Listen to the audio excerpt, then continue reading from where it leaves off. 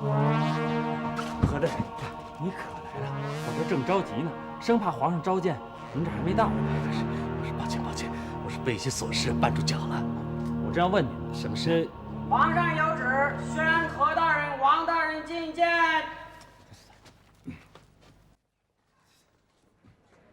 哎，王大人，你刚才想对我说什么？哦，我听说恒氏兄弟想要堵你的嘴呢。你指的是什么呀？你见心腹啊，他们出了不少力吧？谣传，没有的事。王大人，你别误会，我知道这事儿你不知道，这不能怪你。我的意思是啊，你要是能据此再参合他们兄弟一次，就能彻底扳倒这两个柱柱。啊！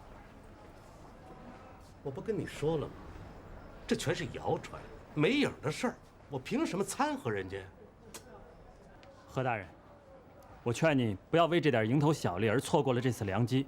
越说越不像话了，凭据何在？我可是听说，道听途说，你当回事儿啊？我告诉你，我没拿过他们兄弟一个字儿。何大人，我没有挑你不是的意思，只要你说清楚，皇上是不会怪罪你的。告诉你，待会儿在皇上面前你可别瞎说啊，否则我让你下不来台。何大人，难道你就真在乎他们给你那点甜头吗？行了，别再捕风捉影了啊！在皇上面前说话要慎重。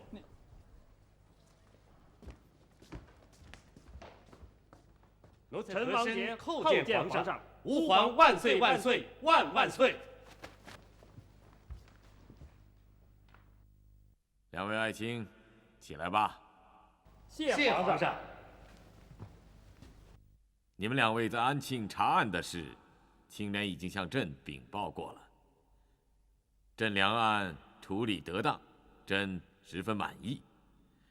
你们如此行事，让朕倍感欣慰。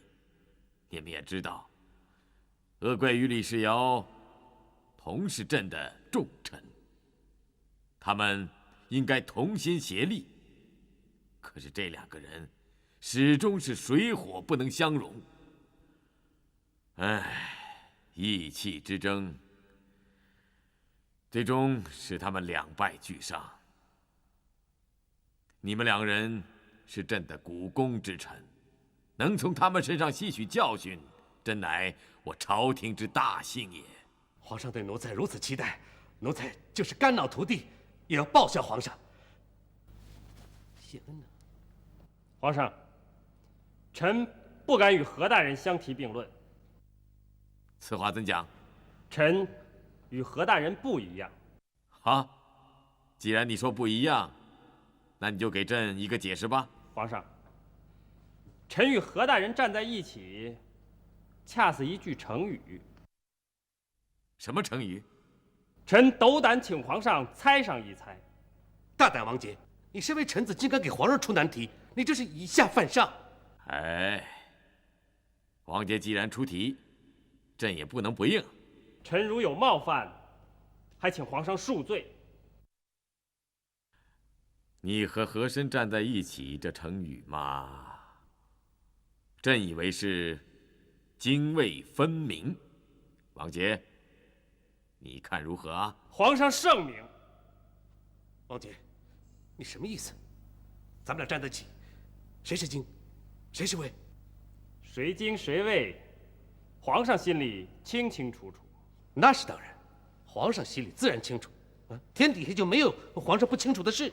我是在问你，泾是何意？渭又作何解释？你说呀。好了，和珅，你不必问了。你们两位可以泾渭分明，但绝不能水火不容。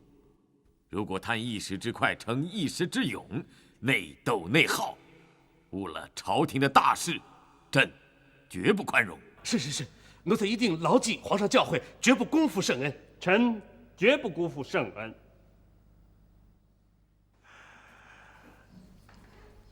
这是江浙总督恒春恒大人送给你们家何大人的礼物。哎呀，恒大人真舍得呀！小子今天算开了眼了，这比皇太后那顶还好还要大呀！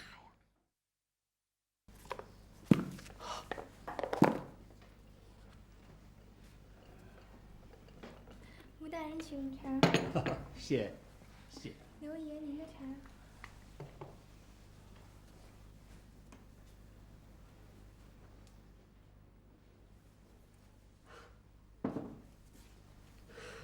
吴大人，我家夫人为人谨慎，像这么贵重的物品，夫人要是知道了，是不会让何大人接受的。那么这件事儿，只有你知，我知，何大人知，夫人不能让他知道了。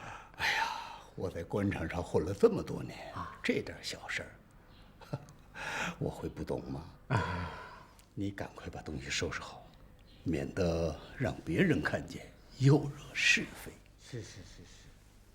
好，吴大人走好。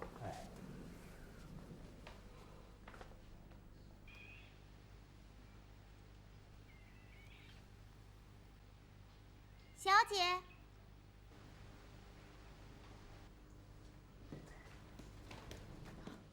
吴大人来，到底是干什么？我看见吴大人好像送了什么东西给刘管家，两个人鬼鬼祟祟的。走，过去看看。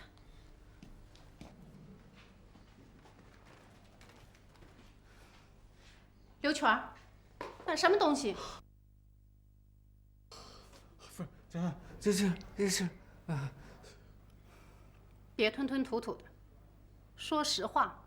不是，这张总督恒大人送给我家老爷的，我家老爷不在家，奴才就替他收下了。刘全儿，胆子也太大了，竟敢擅自做主，替老爷收贿赂，你这是害咱们家老爷，你知不知道？奴才知罪了。这不是一句知罪了就能过得去的。老爷现在在哪儿？你马上把他找回来。你今天要当着老爷的面，把这件事说清楚了。是夫人。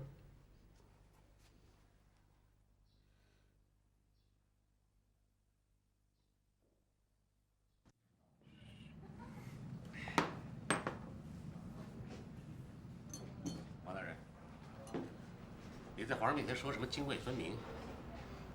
那你就给我说清楚，谁京谁卫？何兄，你何必动怒呢？泾渭分明，可是皇上的金口玉言啊。好，那我也有一句成语奉送给王大人：狐假虎威。你也是熟读圣贤书的人，何必做小人得志状，为正人君子所不齿呢？何兄所言也不差。的确，我是想借此讽喻之词，向何兄尽逆耳忠言。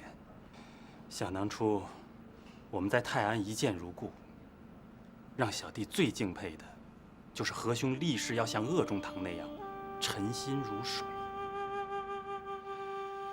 妾以为何兄所言之水，当为清水而非浊水。可小弟这几年来，觉得此水正由清而浊，由浊而黑，大不似从前了，所以才以泾渭之别来提醒何兄。冒犯之处，还请何兄见谅啊。此一时彼一时也。现在在抱定沉心如水，简直是迂腐之至了。你不提鄂中堂还好，你提鄂中堂，我寒心呐。堂堂首辅，一国之相，最终竟落到这般地步，这就是沉心如水的结局。你难道还要让我步他的后尘吗？啊！实话告诉你，我就是从那一刻起顿悟的。既然步入了官场，就要做有权有势之人，就要沉闷若失，就要呼风唤雨，否则鄂中堂就是前车之鉴。现在你还拿什么泾渭清浊来旁敲侧击我？何以于皇口小儿之见识？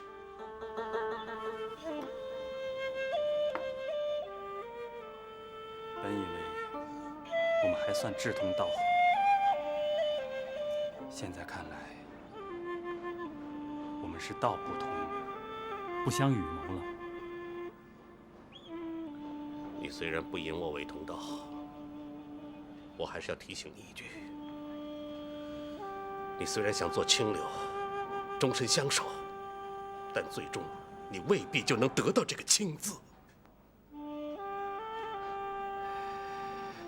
何大人也不必危言耸听，王杰矢志不渝。那好，那你就看看鄂中他们结局吧。老爷，夫人让您即刻回府。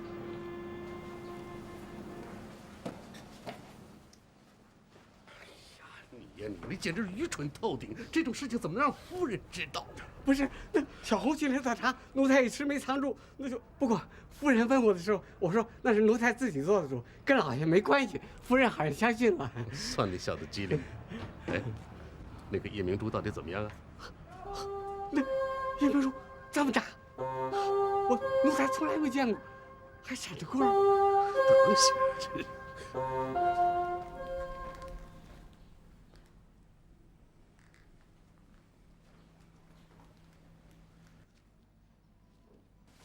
夫人，这么着急叫我回来，出了什么事儿吗？你让刘全自己说。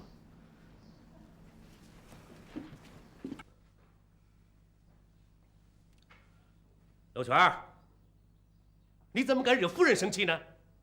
到底怎么回事？说！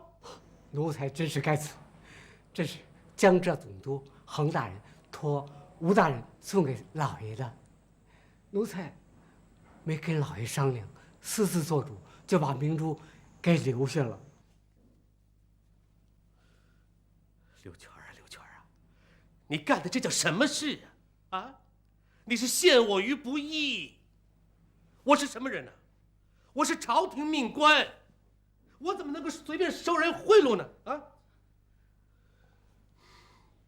再说了，这样的事情，如果让那些正愁无本可奏的言官们知道了，我就是浑身是嘴也说不清楚啊！啊！你想害死我们刘全？哎，小子没见识，不知道事情这般复杂。老爷饶命，夫人饶命！来人，上家法，拉出去，重责100。老爷饶命，夫人饶命，小子再也不敢了。饶命，老爷饶命！哦，算了算了，老爷就饶了他这一回吧。不行，不打他没记性。他也是一时糊涂。再说了，要是让他失尽颜面，以后这家里啊，他就没法管事儿了。夫人提醒的对呀，我怎么忘了？对，以后这个家还得靠他呢。我听你的，夫人。刘全，看在夫人的面子上，且饶你一回。下次再犯的话，定打不饶。谢夫人，谢老爷。下去。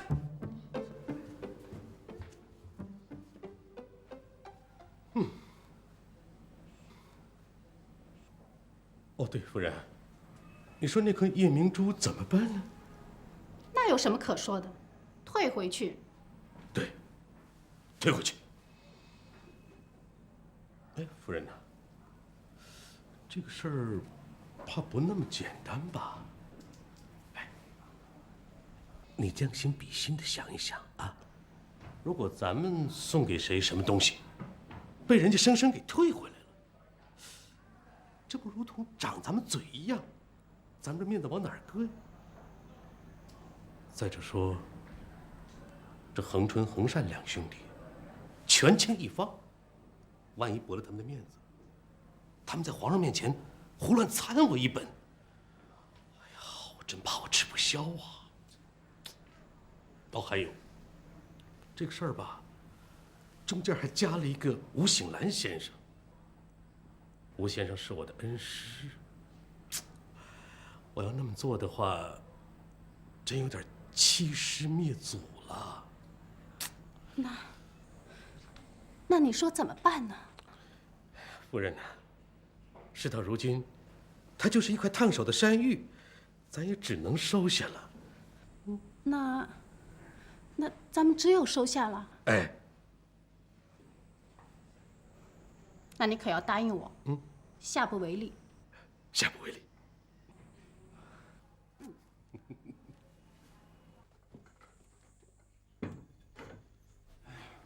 老爷，你可回来了，家里的粮食快断顿了，啊，明天这10几口子就没得吃了。我的俸银不都交给你了吗？家里的事情你来安排，粮食该买就买，不用问我。你的俸银已经花光了。怎么花那么快啊？我的王大人，你知道现在市面上粮食是什么价吗？快赶上肉价钱了。要不是我精打细算，你的俸银撑不到今天。巧妇难为无米之炊，明天怎么办？你赶紧想想办法吧。现在这粮价怎么这么高啊？你是真不知道还是假不知道？才几天的功夫，粮食的价格涨了2倍还多。咱家吃着朝廷的俸禄尚且如此，那些平头百姓的日子可怎么过呀？总不能扎着脖子等死吧？你们这些朝廷命官，也该管一管了。不行，我现在就得去看看怎么回事儿。啊，我先去换身衣服。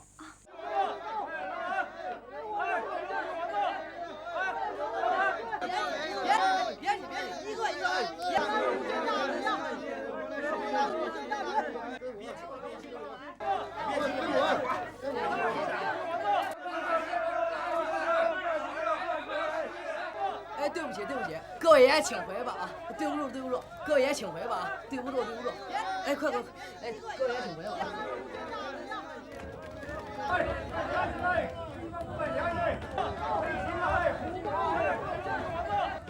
哎，老大爷，别的粮店还有粮食卖吗？满城粮店都关门，都等着粮食再涨价了。今年年成啊还欠收，这些奸商啊哄抬粮价，这分明要饿死咱老百姓。我再到别的粮店去看看。没用了，全城我都走遍了，你就别费那功夫了。我还是去看看。还不信，碰钉子去吧。阿玛，夜明珠真的能发光吗？夜明珠能不能发光啊？咱打开了自己看，慢点。哎，来拿出来。发光了，就是它真的发光了。阿玛，你看呀，俺们看着呢。额娘，你也来看呀。额娘不想看。阿德，你可要记住，夜明珠也好，金银财宝也好，都是身外之物，生不带来，死不带去的，稍不留神，这些东西还会招来祸患。咱可不要贪恋这些东西，不该要的就不要。记住了吗？额娘，什么是该要的，什么是不该要的呀？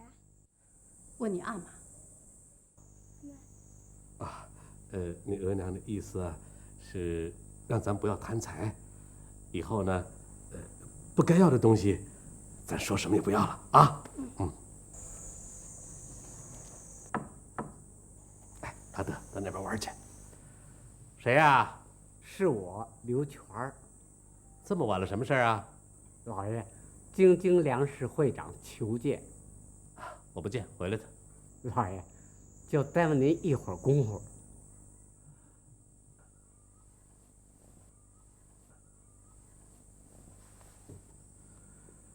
老爷，有孝敬。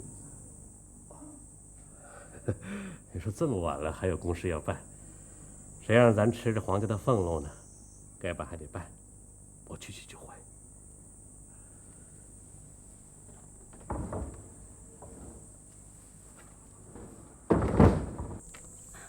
阿德，咱们休息啊。何大人，在下唐请全，是京津两地粮店行会孝敬您老人家的5万两银票。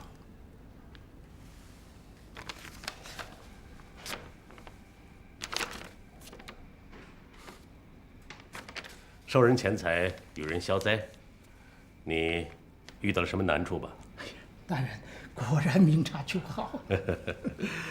有什么事直说吧。啊，唐某冒昧的拜见，想请您出来说句话，给我们京津两地的粮商一条活路。粮商？粮商与我何干呢？我又不做粮食买卖。何大人虽然不做粮食生意，可是这世上没有何大人您摆不平的事儿。那倒也是。我们这件事，只有何大人您能扭转乾坤呢。行了，别绕弯子了。啊，有什么事直说。大人可曾听闻呢？这京津地面粮食暴涨啊！暴涨？涨到什么程度啊？这粮食比肉贵了。有这样的事？我家的粮食都给管家刘全采买，市面上的事儿我真不大清楚。哎呀，这市面上的事可就更糟了，这粮店都关门歇业了。如此严重？何大人，您说它严重，那还是轻了呢。这粮店的门口拔剑弩张，老百姓买不着粮食，怨声载道啊。他说我们这做生意的心黑，可是我们也是不得已而为之啊，我们的心里也有苦难言呢。事情弄到这步田地，到底怎么回事啊？京津粮食吃紧，根源不在粮商，而在横氏兄弟。果真如此吗？何大人明察，江浙总督恒春兼任漕运总督，这运河就掌握在他的手中。可是这开往京津的运粮船，哪个不凑运河呀？他的兄弟是内务府的采办，利用粮食，他控制粮食的收购。这两个兄弟一联手，其他的粮商可还怎么做生意呀？一来是采购不着粮食，二来是恒春又处处的刁难。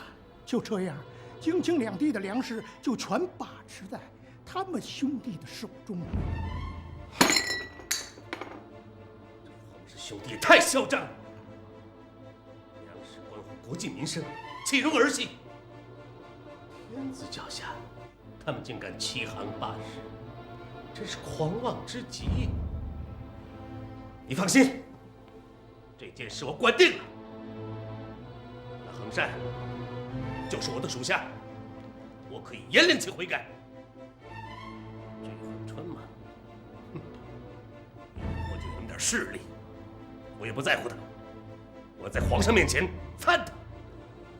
哎，胡大人，你说这恒善送我夜明珠，用意何在？何大人，您以为呢？是不是想让我把粮价疯涨的事儿瞒着皇上，隐而不报？何大人果然机敏过人，任何事情也瞒不过您的法眼。恒家兄弟早已料到，肯定会有人把粮价疯涨的事儿禀报给皇上，所以希望到时候您能给遮掩遮掩，他们好趁机再大捞一把呀。其实这倒不难，不过我一直搞不明白，这恒氏兄弟怎么会闹出这么大动静？大人，他们在京津两地究竟有多少家粮店？说多不多，说少不少。京城8家，天津5家。可要命的是，京津两地的粮食来源都把持在他们的手里啊，所以他们才会有这样的大手笔。我明白了。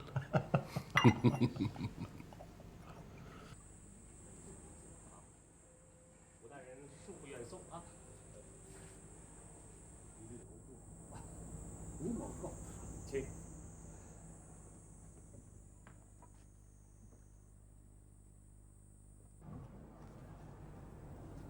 哎，刘全啊，你去给我开几家粮店啊！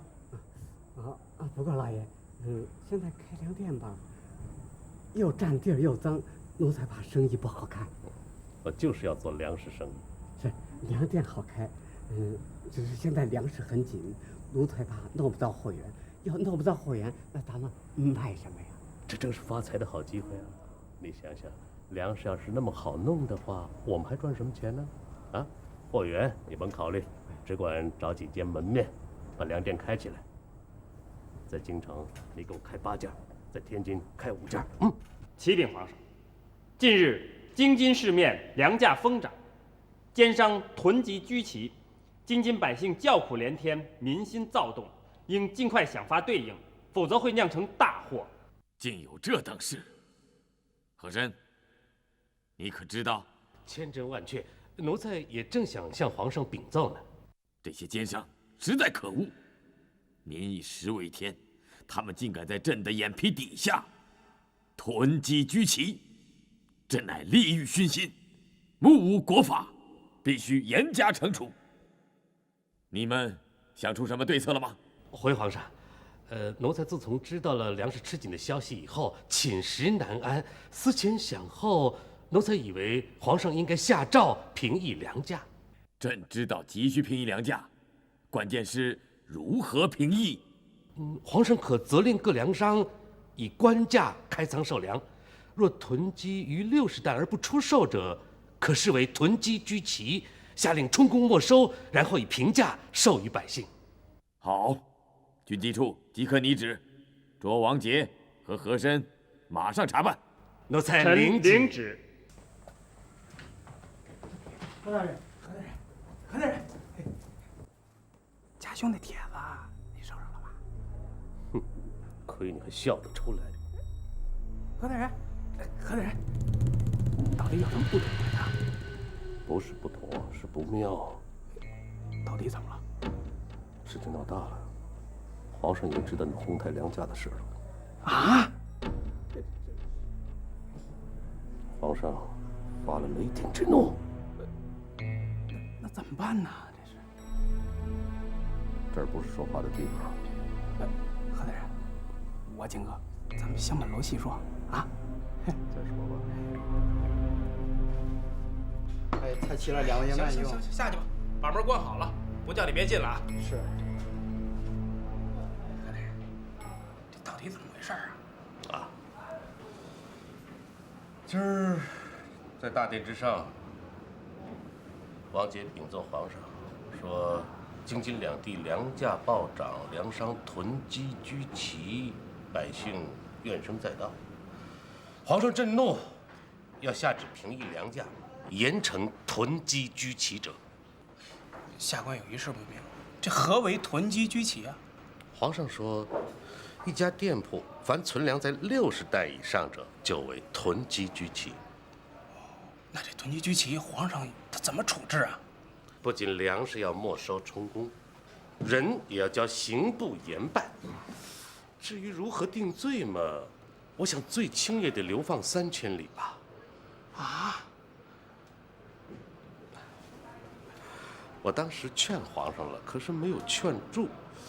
哎，我听说你粮店里的存货可不少，你得早点想辙呀。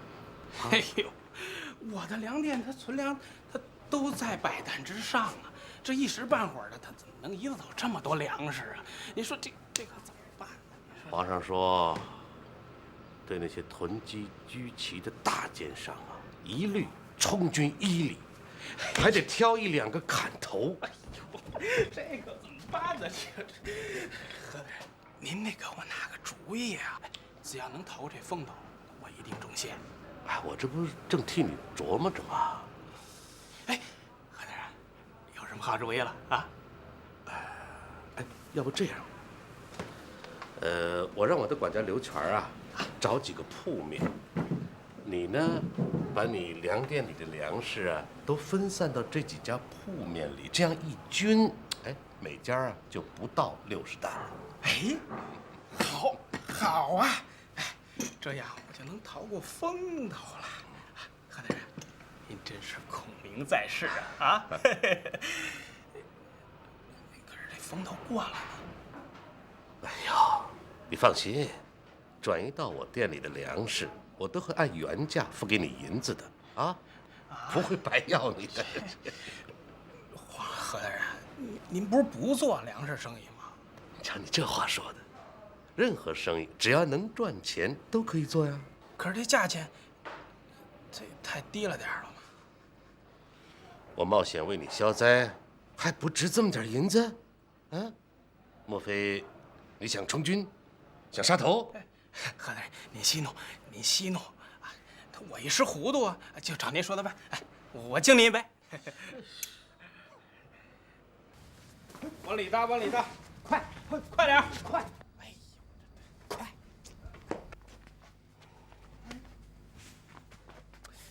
哎呦，轻点。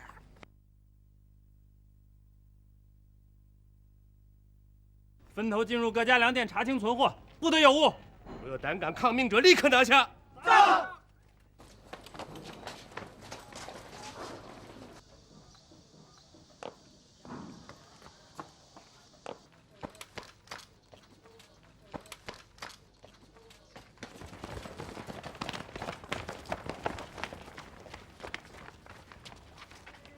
藤记粮店存货55担，刘记粮店存货50担，财记粮店存货84担，孙记粮店存货80担，谭记粮店存货96担。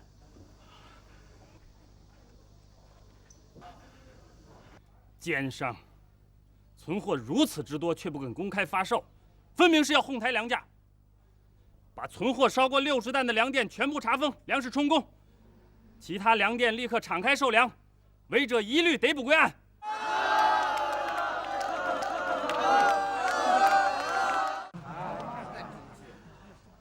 大人，为什么要查封我的粮店呢？你自己去看看皇上的诏书，囤积居奇，哄抬粮价，你们这些个奸商，见利忘义，不严惩不足以平民愤。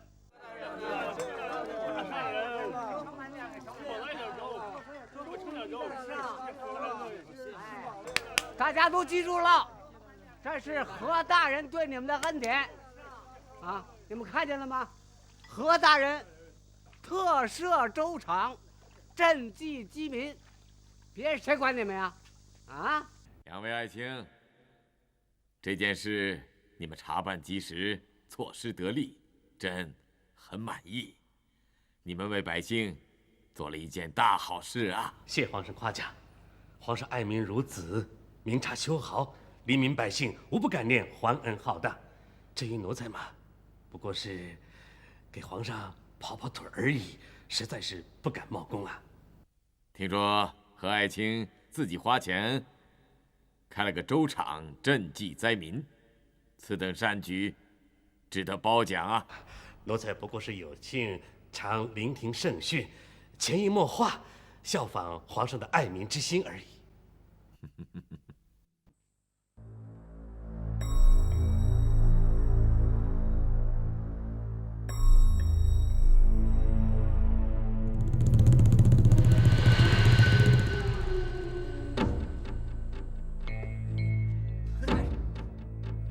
何大人，我是滕锦全呐，我有事想禀报您呐，我有事想禀报您呐。何大人，你不能不讲公德公道啊！你不伤害我，你不伤我就死在这儿！再不滚，打死你！想死，别拦着他。唐老板，你不想进去吗？进去可别后悔，请吧，唐老板。哎！你这个狗棍，还有什么报义吗？唐老板，听清楚了，这儿可是何府，我们何大人就是天理，我就是公道。您以为您会上这儿讨回公理？我倒觉得您是上这儿送钱来了，把他给我押起来。没有1万两赎金，休想活着出去！你个畜生，畜生！夫人，唐老板擅闯何府，图谋不轨，我已经把他给抓起来了。哎，如果你们不拿钱赎人，我就要把他送到九门提督问罪。到那个时候，他是死是活，我可就不知道了。粮店已经破产了，我们家赔得精光。这个时候，您让我上哪儿给你拿1万两银子？求求你，还是先把人放出来，容我再慢慢想法子。您看，想得倒好。我告诉你，你不拿钱，休想让我放人。求求您了，我实在没办法啊。没办法。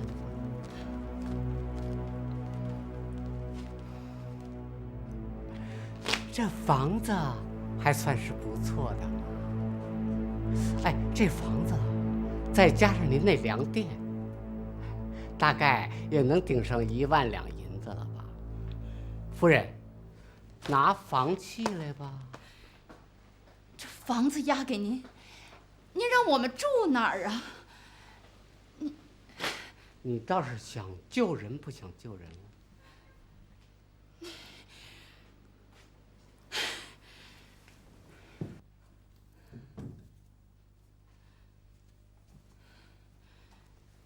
房契给你，你可一定要放人呐！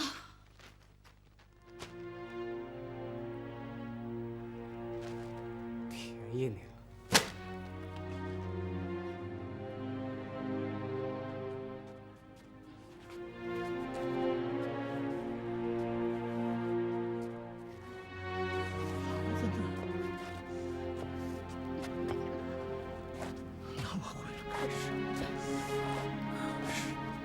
温室，怪我呀，怪我！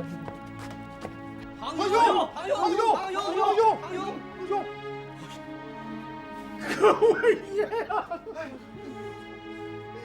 我是给你们赔罪了，我唐英权有眼无珠啊，误招了和珅这个狗官，也是我咎由自取。天下可畏的巨战，我无法偿还。只有以我这条老命来偿还。师兄，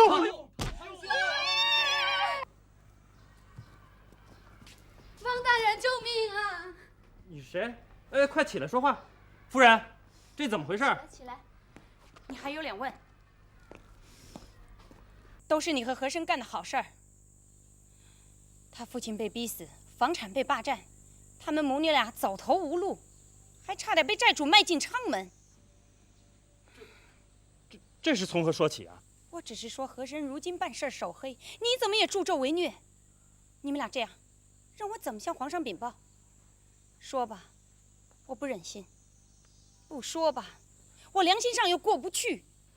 青莲，不要拿我与和珅做比较，我们两个早就不是一路人了。你说什么我真的不知道，你快把事情的来龙去脉告诉我。你真的不知道？你这还用问呢？你快说吧。好了好了，别站在这儿，进屋说话吧。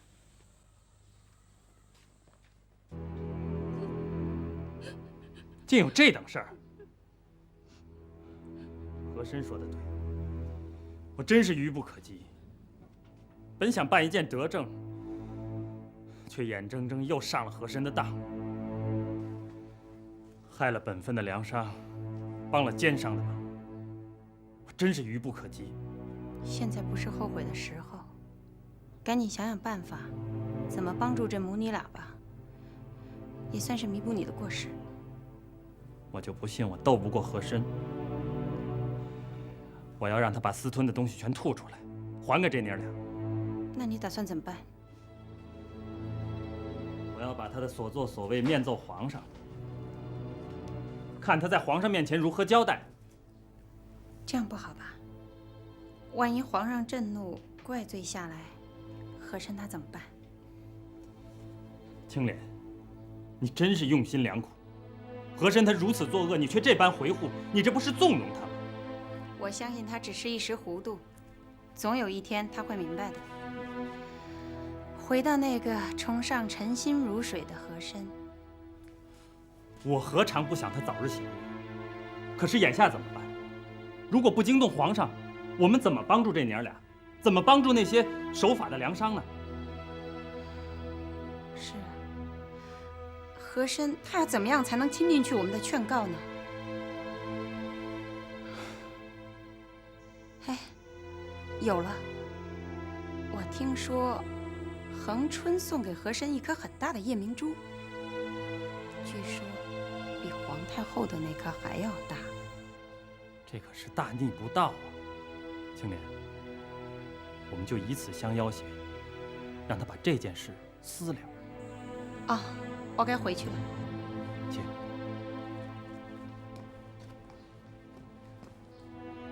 要把和珅受贿的事儿告诉皇上，朋友一场，给他留条后路吧。你放心，我不会让和珅栽在这件事情上。查办粮店出了这么大的事儿，皇上要是知道了，你放心，我会在皇上面前替你们遮掩的。多谢。惭愧。哎，我说宫外的事儿，皇上怎么都知道？原来是从你这儿得知的。难怪你跟皇上都说出了泾渭分明这个词儿。看来你是皇上的眼线了。不能算吧，不过皇上倒是老向我打听一些宫外的事儿。你放心，该说什么不该说什么，我心里有数。我看这样吧，你先请和珅到你府上去，我再去和府打探一下。好。何大人来了，你们不要说话，看我眼色行事。何大人到。青莲。何大人。青莲，这么着急找我来，有什么事儿啊？我碰到了一件事情，气得我肺都要炸了。我知道何大人你侠义心肠，就请你过来帮忙出出头。什么人这么大胆子敢欺负你啊？不是我，是他们。他们是如何受欺负的？他们的家原本是一个很富足的商人之家，靠着勤勉经营治下了一些产业。前些日子不幸碰到了一个恶霸，从此大祸临头。那个恶霸不仅逼死了他们的当家人，还霸占了他们所有的家产和店铺。可怜他们母女俩被扫地出门，流落街头。竟有这等事！更可怜的是，以前的债主也不放过他们，要把这个女孩强行卖进昌门抵债。要不是我出手救了他们，他们现在已经掉进了火坑。何大人，你说我能不气愤吗？朗朗乾坤，竟有这等恶霸横行，这还是大清的天下吗？光拍桌子有什么用？你一定要为他们母女伸冤，惩治那个恶霸。求何大人为我们做主。别急，你们放心，这个忙我帮定了。说这个人到底是谁？我即刻告知顺天府，把他抓进大牢。那个人不是别人，就是你府上的管家刘全儿。那个人不是别人，就是你府上的管家刘全儿。是刘全儿？对。我知道你天天为朝廷的事儿废寝忘食，无暇管束下人，这不是你的过错。可恨的是那个刘全儿，竟然背着你做出这等伤天害理之事。外人不知道，还以为是你纵容他，这实在是有损你的声誉。万一再一不小心传到皇上的耳朵里，皇上恐怕是要震怒的。那你们到底想怎么办呢？俗话说亡羊补牢，犹为未晚。现在趁着皇上还不知道，你要严惩刘全儿，责令他马上把所有的家产还给人家，这样也许还能挽回。青莲，你放心，我这就去办。谢谢何大人。王大人，请用茶。菊仙最近可好？还好。阿德这孩子越来越聪明了。不要这么夸他。王大伯，你瞧我们家的夜明珠。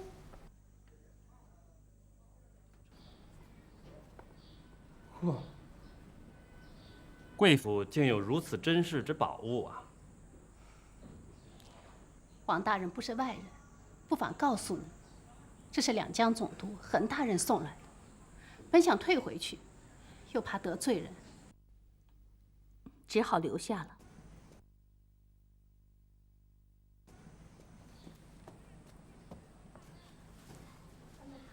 阿德，哎呦，王大人高临寒舍。哎，看来你很闲在嘛。听说贵府新添了一个宝贝，特地来开开眼呢。啊，我这添了宝贝，王大人怎么会知道啊？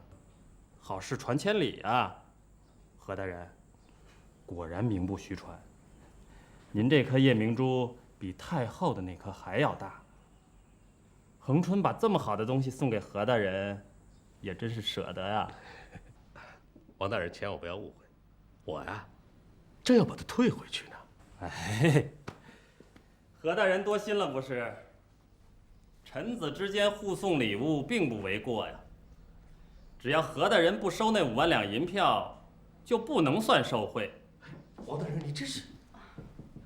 王大人，这5万两银票是怎么回事啊？啊？哦，这说来话长了。我们在安庆办案的时候，何大人的一位故友急需要5万两银子，就请何大人来帮忙。啊，对对对，是有这么回事儿。你说这不是难为我吗？我上哪儿去给他凑这5万两银子去啊？可是天无绝人之路啊！一位姓唐的粮商要送给何大人5万两银子，这不是行贿吗？是啊，何大人岂能不知其中的厉害啊？所以何大人啊，就将那人痛斥了一番。那5万两银子呢？何大人收下了。和珅，怎么能做出这种违法乱纪的事情呢？哎，何大人可不是白拿，而是向他借了5万两银子，给了他的朋友。借的？我怎么不知道有此事啊？这2天特别忙，我就忘了跟你说了。何大人，现在那位姓唐的粮商急需要银两啊，不知道您的朋友把银票还给您了没有？哦，还了，还了。哦。啊，刘全儿，待会儿啊，拿5万两银票给王大人。嗯。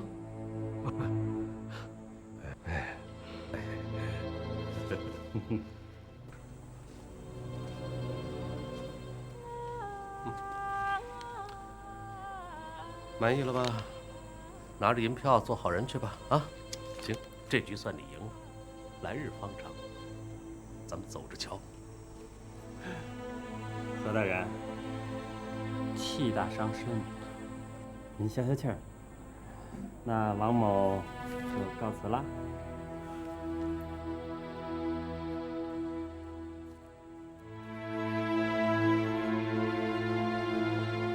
哟，这个不识相，早晚收拾。你听着，马上把唐景全家的房子、店铺还给他的妻女啊！来，那是为什么呀？让你还就还嘛，啊！是。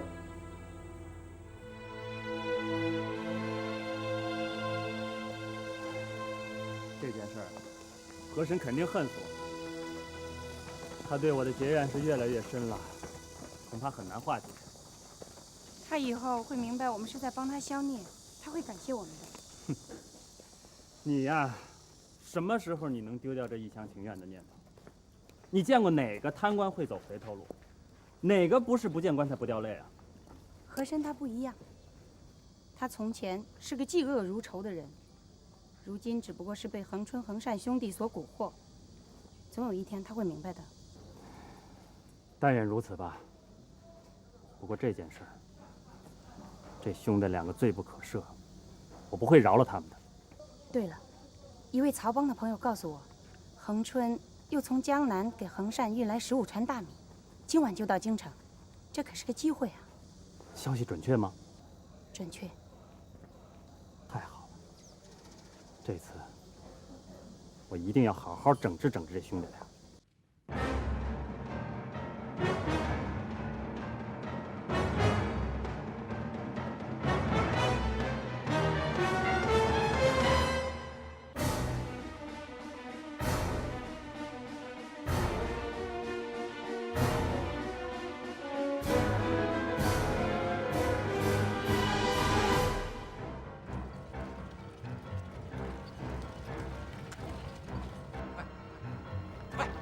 卸货，快点，快点，快！还有你，快着，卸，好，快，你，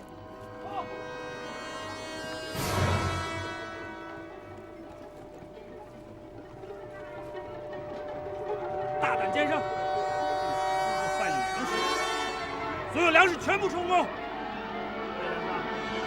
本官以平价把这些粮食批发给你们，你们就用这些马车把粮食拉回去，公开出售，不得囤积，不得私自哄抬粮价。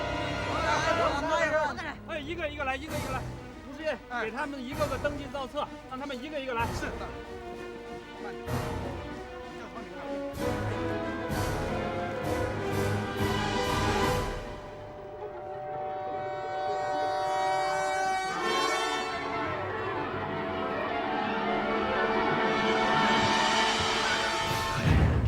您得给我想想办法，我求求您了。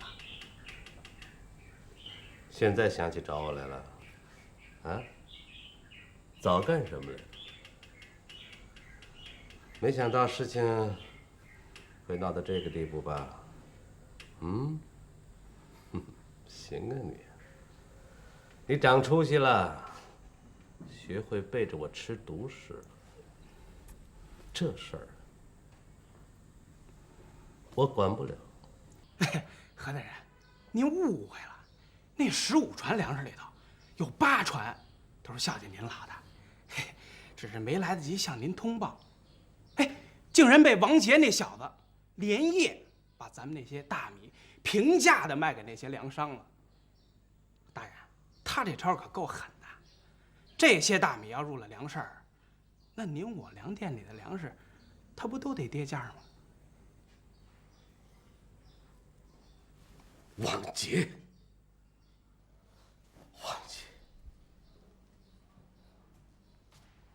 这个王杰进来处处跟我作对。行，这回啊，我要让你吃不了兜着走。听我说，你去面奏皇上，一口咬定这批粮食你是为皇宫采购的。王杰，那就等于私分了皇宫的库粮啊！啊，这个罪过可就大了。大人，皇上能信我的吗？哎，你我2张嘴还说不过王杰他1张嘴吗？哎，能说过，一定能说过。宣令府采办，恒善觐见。奴才恒善拜见皇上，吾皇万岁万岁万万岁！启禀皇上，奴才殚精竭虑地为皇上办事儿，他唯恐思虑不周，可有人故意为难奴才，处处掣肘，使奴才着实的烦恼。有话就直说，到底是怎么回事啊？皇上，有人私扣内务府采购粮船，并把皇宫里的库粮卖给了市井粮商。竟有这等胆大妄为之徒，是谁？你说出来，朕非严办不可。他是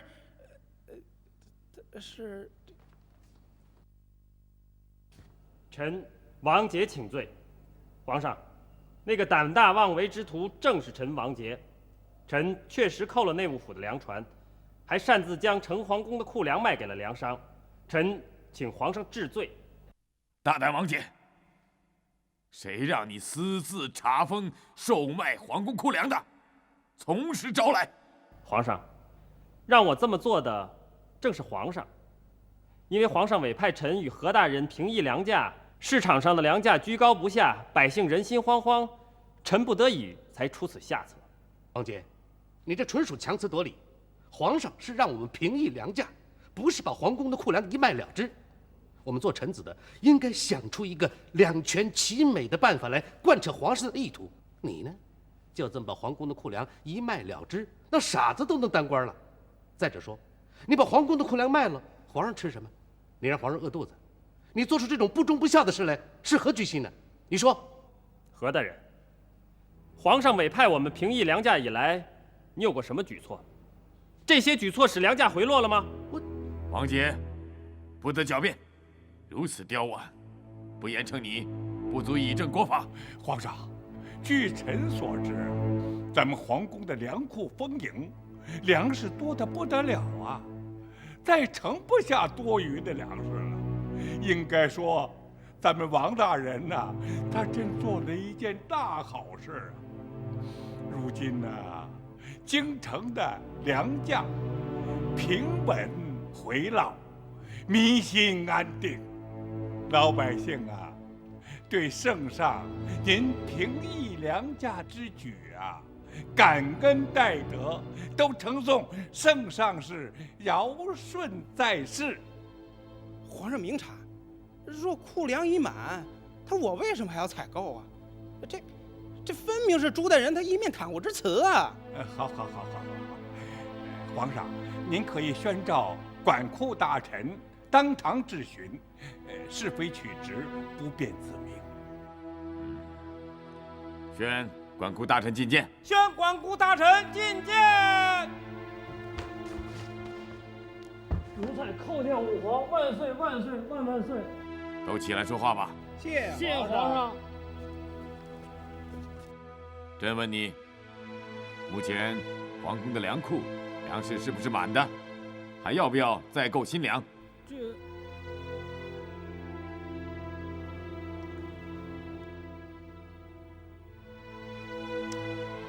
你是聋了还是哑了？快据实报来！启禀皇上，皇宫粮库俱是满的，无需再购新粮。你说的可是实话？奴才不敢妄言。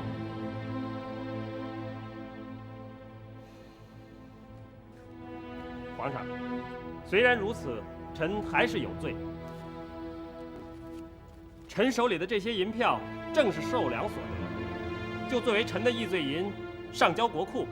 皇上，这批银两来历不明，它不能进国库。怎么不明？这是皇宫库粮变卖的银两，当然应该上交国库。那也不能算作你的议罪银，该治罪还得治罪。好了，众爱卿不必再争了。既然如此，王爱卿平抑粮价有功，卖粮无罪，不予追究。至于所收银两，全部上缴国库。谢皇上。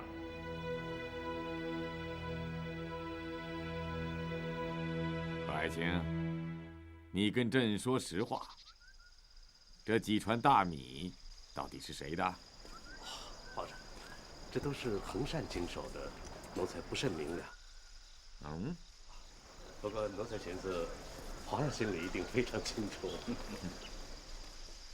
王杰机敏过人，恒善想趁粮价飞涨之机大捞一把，可遇上了王杰，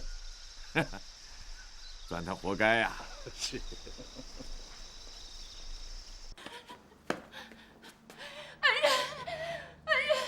求求你，快去救救我的女儿吧！唐太太，你女儿怎么了？我女儿让刘全抢去，可能要迈进长门呐！这可不赖。走，你赶快带我去啊！快！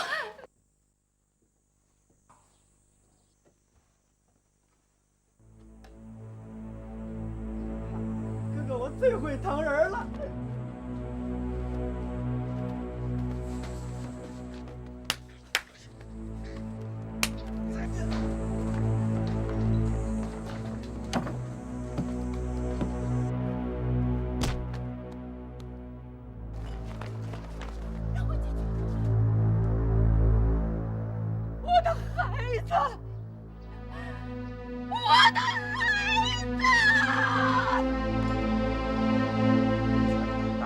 到了这种地步，还有没有王法？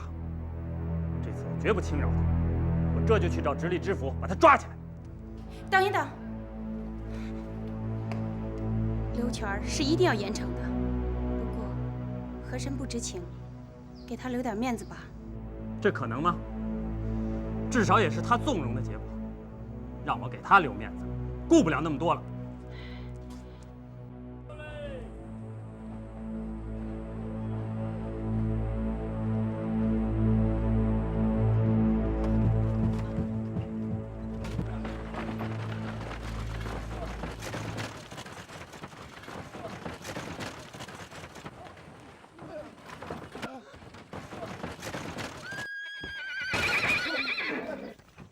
混蛋！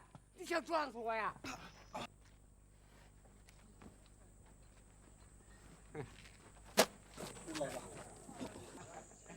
想挡我的道，找死！住手！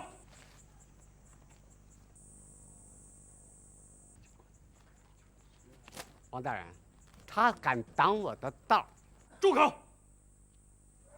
仗势欺人，逼良为娼，害死人命，不拿你不知道什么是王法。来人，给我拿下！先当街重责40，再送顺天知府治罪。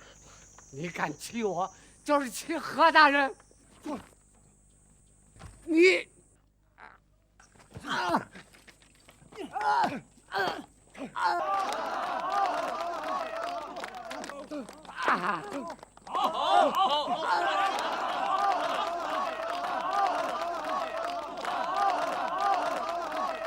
苏州刺绣果然奇妙，夫人，你看，这是一幅双拼图双拼图啊！你看啊，从这边看吧，是一朵牡丹；从这边看呢，是一朵莲花。果然奇妙，这就是你专门从苏州找来的那4个刺绣女绣的？没错，就是他们绣的。我要让他们在老爷和阿德的衣服上也绣上双拼图。好啊。哎，对了，老爷，你官服上的补子今后不用到外面的铺子上去做了，你的文2品补子和武2品补子可以绣在一块补子上。那可不行，皇上知道了会怪罪的，他最恨哗众取宠。哦，那就算了。老爷，出事了，不好了！什么事儿这么一惊一乍的？我爹在街上被人打了，被人送到顺天府，下了大狱，求老爷救命。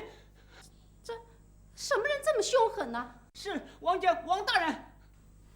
王家是老爷的好友，怎么能下此毒手呢？别提了，什么好友啊！他处处跟我过不去，总找我的茬，这已经不是一回了。哎呀，我忍着他，让着他，他呢，倒变本加厉了。如今竟然欺负起我的管家来，打狗还得看主人呢，这不是明摆着让我难堪吗？王大人不像是这样的人吧？哎呀，都出这种事儿了，你还不相信？不管怎么样，一定要先救出刘全。来，你先起来吧。刘全这些年一直忠心耿耿，何府能有今天？他立下了汗马功劳。老爷，咱们不能坐视不管吧？啊！我看这件事儿，你们都别管了。刘全是自找的。青莲，你不能这么说话呀！你不能一味的老向着王杰，得一碗水端平啊！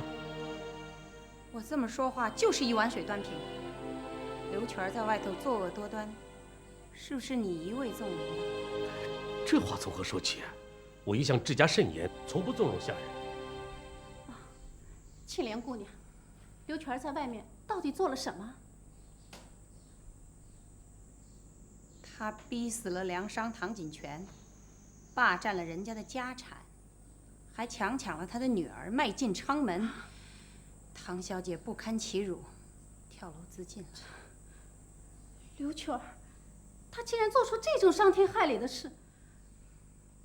老爷，这事儿你究竟知道不知道啊？哎呀，我怎么能知道呢？我天天忙着为皇上办事，怎么顾得了他呀？我就知道，他要用唐锦泉的房子抵债，我了解到，那孤儿寡母的挺可怜的，就把债免了，让刘全把房子还给他们。哎，这一切王杰都应该知道啊。可唐小姐沉尸街头，是我亲眼所见的。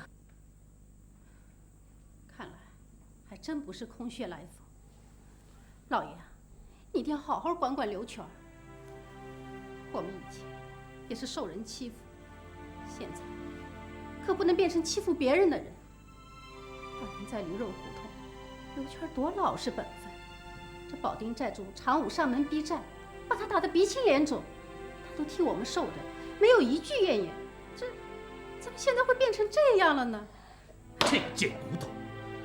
哎呀，他怎么能做出这种荒唐事来？现在让王杰抓住了把柄，我都被牵连进去了。哦，青莲姑娘，你在王大人面前能说上话，求你劝他，一定不要把这事儿上告皇上，啊！我不知道能不能劝得住王杰。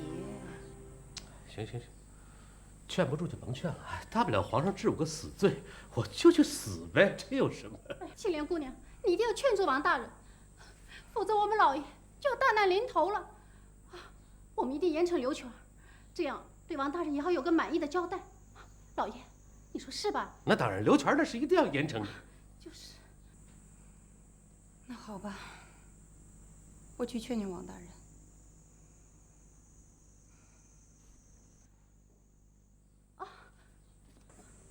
等等，青莲姑娘，我跟你一起去王大人府上。对了，我还得去看一下唐夫人。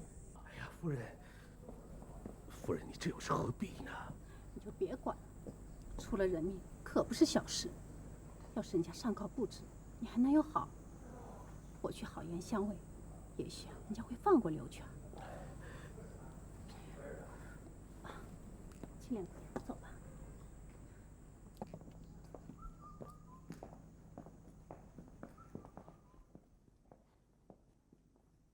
我的夫人呢？你哪里懂得官场啊？真是多此一举。来个人。老爷，您有何吩咐？去拿我的帖子，找直隶知府，让他放了刘全。是，老爷。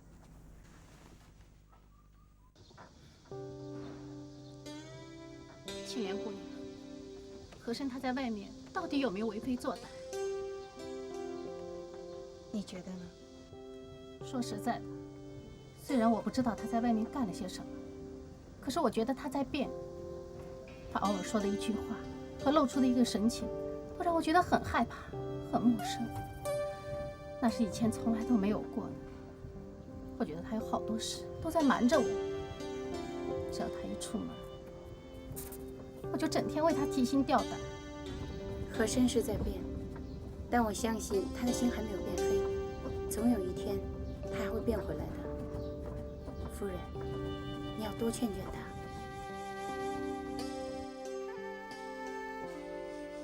王大人，卓嫂求你高抬贵手，放了刘全儿，我一定以家法惩处。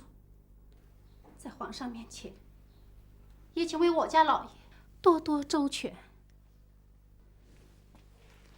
夫人，小弟不敢从命，请夫人思量。唐家被他逼得家破人亡，父女二人被活活逼死，唐夫人终日以泪洗面，痛不欲生。以后让他还怎么活下去？请王大人放心，唐夫人以后有何府照顾，颐养天年，我会亲自过问她的起居，也算是将功赎罪了。他还能到何府？夫人不要再难为小弟了，小弟不敢徇私枉法。卓嫂给你跪下了。哎，夫人，夫人，快请起。青莲，王大人，一旦刘全上了公堂，必然连累何大人。万一传到皇上那儿，何大人的前程就毁了。请王大人三思。青莲，怎么你？和珅真是有负于你们的苦心呢。好吧，我答应你们。菊仙，快给扶起来啊！快起来，起来！奶奶了，来，老爷子把奴才给打了。奴才在落幕之前是呵护了一条狗，可是他打狗也得看主人嘛的。他敢打我欺负我，那就是他欺负大人您呢。哎，您得给我做主，您得给点颜色看看老爷。跪下！跪下！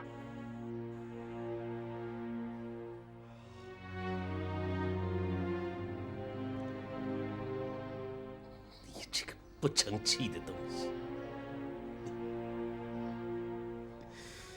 那唐家母女身上能刮出几两油来呀？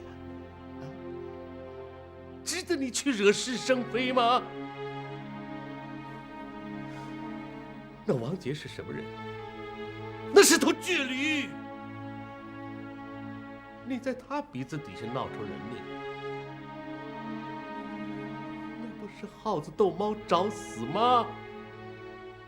你知道不知道？就为了你，夫人都到王杰府上求情去了，为了你夫人去求情去了，还不知道王杰这头倔驴能不能给他面子？万一王杰告到皇上那里，不但你的狗命不保，还要连累我。奴才该死，奴才该死，奴才该死！老爷，老爷恕罪。行了啊！瞧你这德行，行了，找个没人地方待着去啊，别再吓着谁。走吧，滚呐！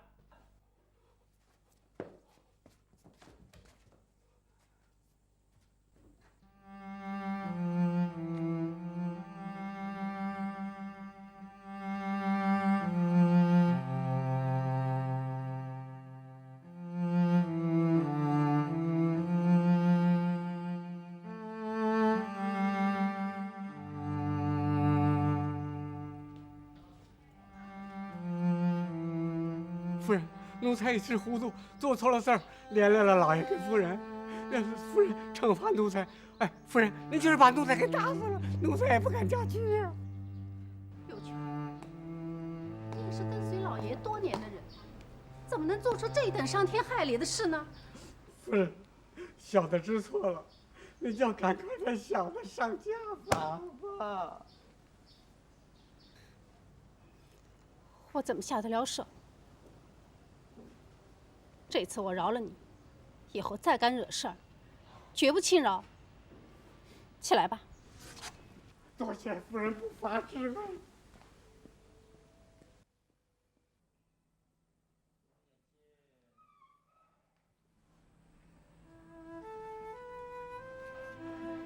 夫人，让你受累了，感谢夫人周旋。好，来人，给夫人上一壶上好的明前龙井。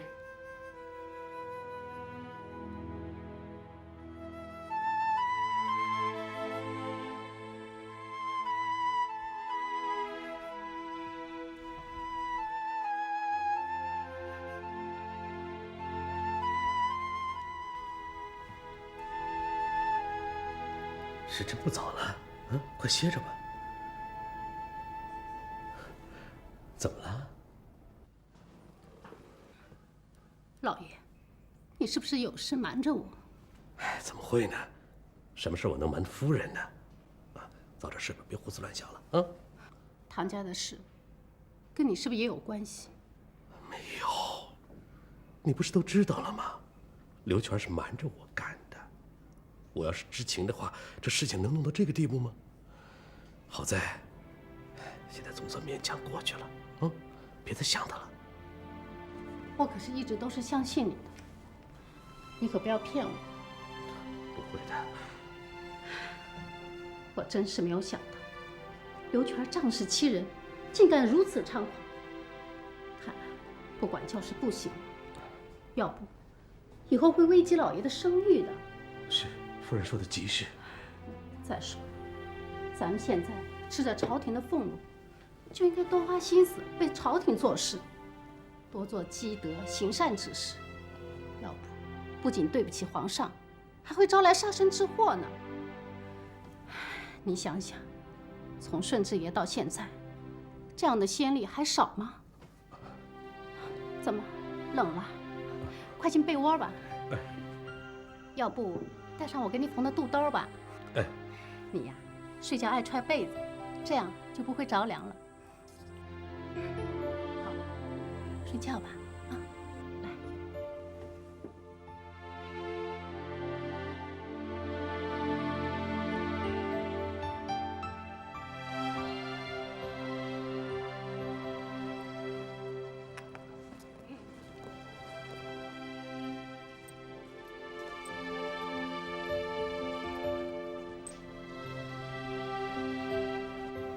青莲给皇上请安。皇儿给皇额娘请安了。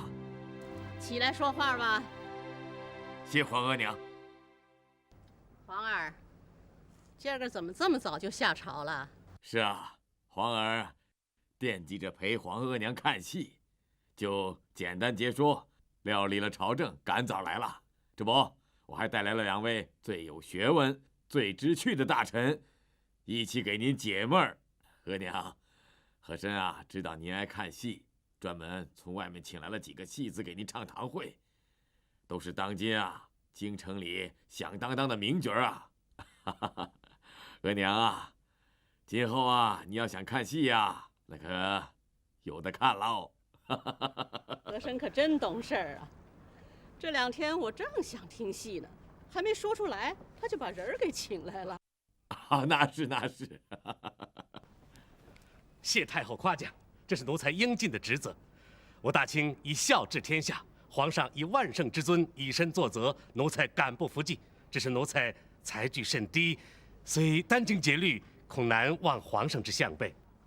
你起来吧。谢太后。和珅可真是个会说话的人啊，这3言2语的说的我这心里还真舒坦。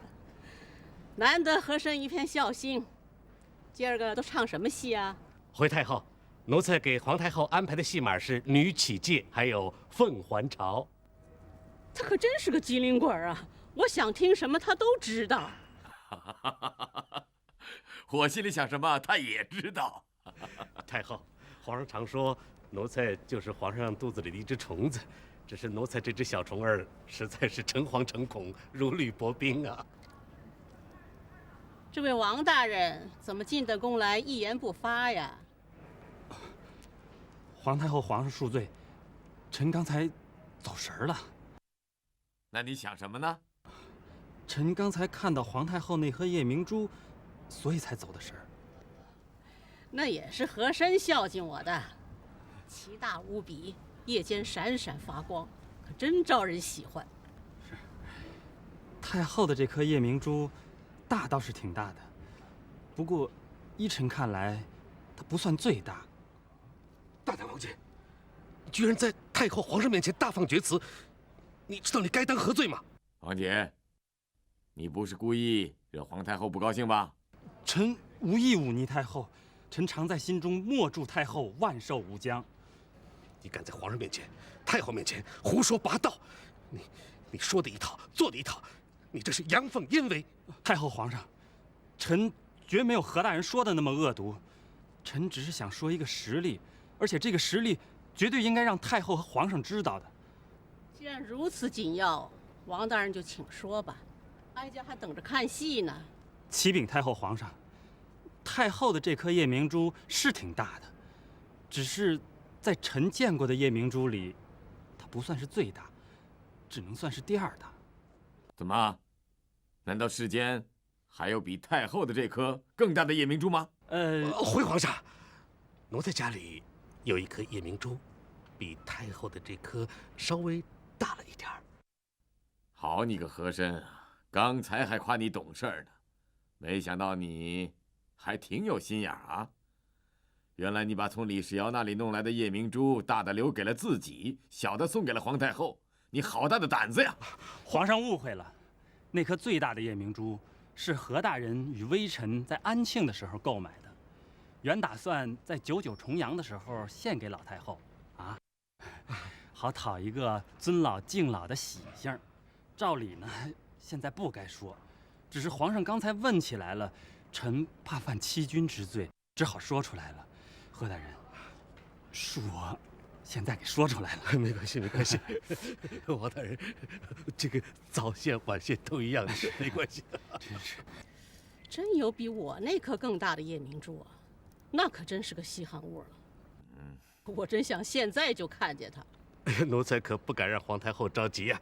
那奴才就不等重阳节了，明儿个就把这个夜明珠献给皇太后。臣明天还要巡查京畿防务，只能有劳何大人一个人来献了。公事要紧，和珅一个人来就行了。你们俩的孝心我都领了。启禀太后皇上，唱戏的已准备好，正候着呢。那就开场吧。扎。何大人，请。哟，出汗了，何大人。啊，热呀。啊，热。年轻就是火力壮啊，我还觉得有点凉呢。是奴才穿多了。穿多了，心火更散不出去吧？你这是杀人不见血女啊？什么？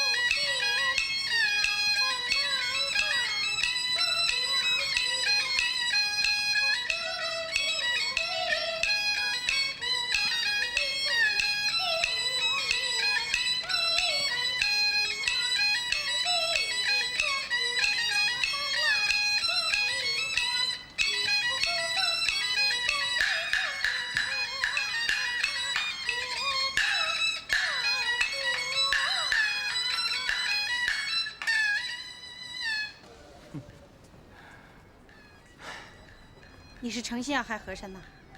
不说好了不禀报皇上，你怎么又说了呢？我不是又帮他说圆了吗？可是多悬呐！万一要说漏了，和珅还有的好，这可不是闹着玩的。我就是要让他出一身白毛汗。这次查办粮食，已经让他钻了空子，一夜之间就侵占了大半个京城的粮店，害得唐锦泉家破人亡。要不是看在你和岳瑶的面子上，我早就把他参入天牢。今天让他出汗，已经是很便宜他了。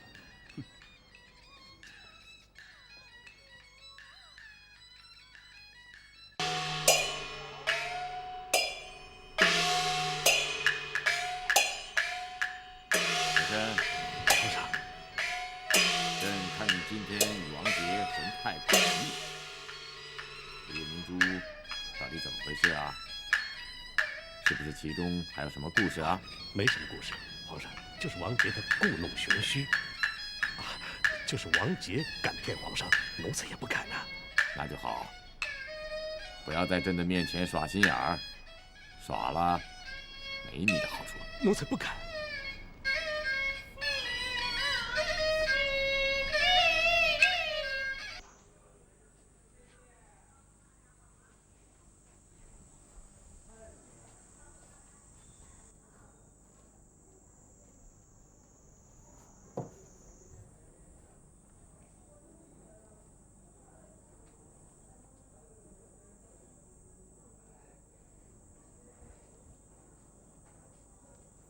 凤山啊，你别这么来回转悠了啊！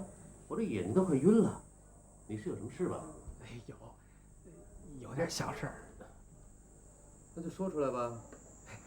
何大人，何大人，那查办粮店时，我分给何大人那批粮食。粮食？什么粮食啊？何大人，你也知道，我那15船粮食都被王杰那厮给扣了。我是血本无回呀，如今这手头上实在运转不开了，所以想问何大人，能不能把那批粮食换成银两，还给小的急用。你看，本不该催的，只是这手头实在是运转不开了，所以才都得问您这么一声。这有什么，对不对？这样，明儿到我家里来取吧。啊，何大人，您真是救了我的急了，多谢何大人。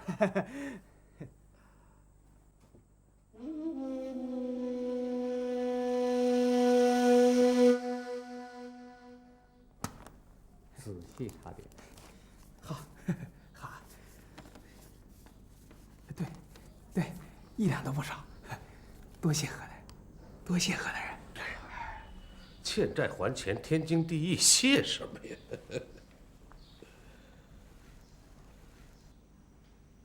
哎，何大人，您这块新补子，瞧着可够新鲜的呀。哦，恒大人真是好眼力啊。那你不妨来看看，它新鲜在哪儿啊？妙啊！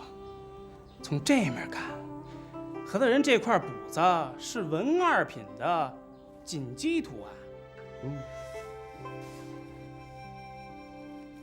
从另一面看呢，又变成了5·2品的狮子图案了。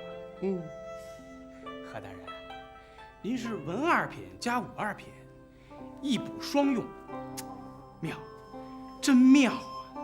何大人这双链补子，在满朝文武，你也是独一份儿啊！其实我也是偶然想起来这样做的。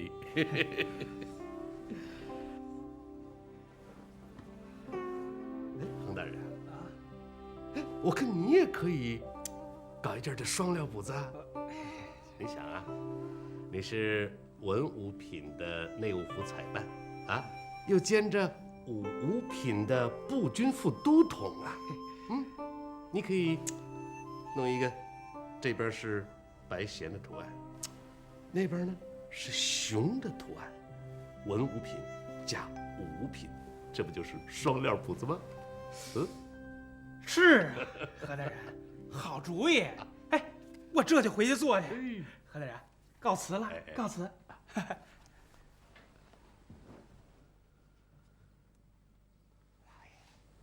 恒善这小子可真不是个东西。您想啊，当时查办粮店的时候，您帮他多大忙啊，是吧？现在想分他点粮食，哎，他舔着脸上门要银子来了。您说这没关系，没关系，这银子就等于先存在他那儿，过不了多久还会回来。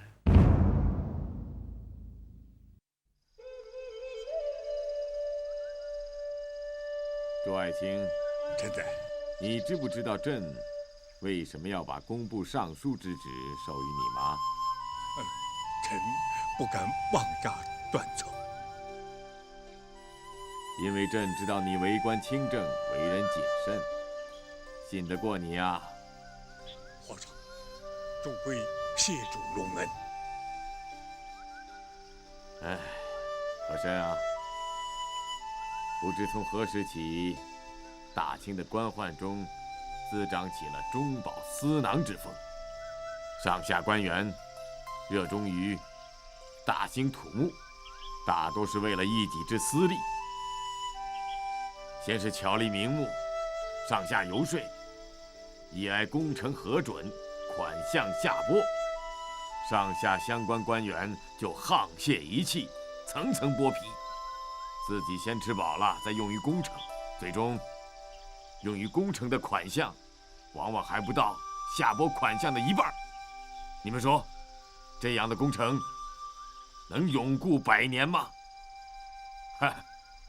他们自己都不会相信，鬼都不会相信的。朱爱卿，臣在。朕让你署理工部，就是让你刹住这股风。从这次圆明园的修葺工程开始，你就要把住关口，堵住漏洞。如果有人胆敢侵吞工程款项，一定严惩不贷。臣不敢辜负圣望，一定肃清歪风，保证工程永固100年。和珅，奴才在。工程什么时候开始啊？户部已将银两拨到了内务府，由恒善来采办工料。一旦工料到位，工程立即开工。传恒善到万春岩问话。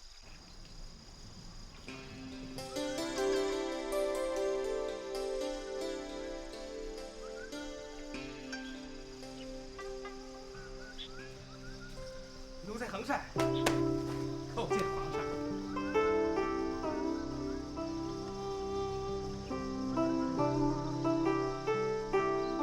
你的补子是怎么回事啊？启禀皇上，奴才把这文武双料5品的补子并在一起了，做成了文武双料补子。皇上，您看，哗众取宠，颠覆事关国体，怎么可以视作儿戏？你竟敢别出心裁，擅改祖制！奴才以为这样可以彰显皇上之恩典。贪慕虚荣，不知自爱，弄巧成拙。你到府海里照照你自己，滑稽可笑之状与非有何异？哪还有一点大清官员的端庄威仪？皇上息怒，奴才知罪了，奴才知罪了。皇上，我是看何大人他这么穿的，我是跟他学的。皇上，您看，奴才穿的是那种补子吗？恒善，我与你无冤无仇，你何故诬陷于我呀？皇上，何大人那块补子，他迎着观看是文2品的锦鸡图案，他背着观看是武2品的狮子图案，他站着不动，站着不动，当然看不出来了。这是从何说起？和珅，你给朕转上几圈，让朕看看。诸位啊，臣在。你也仔细看看。遵命。皇上，周大人，您看好。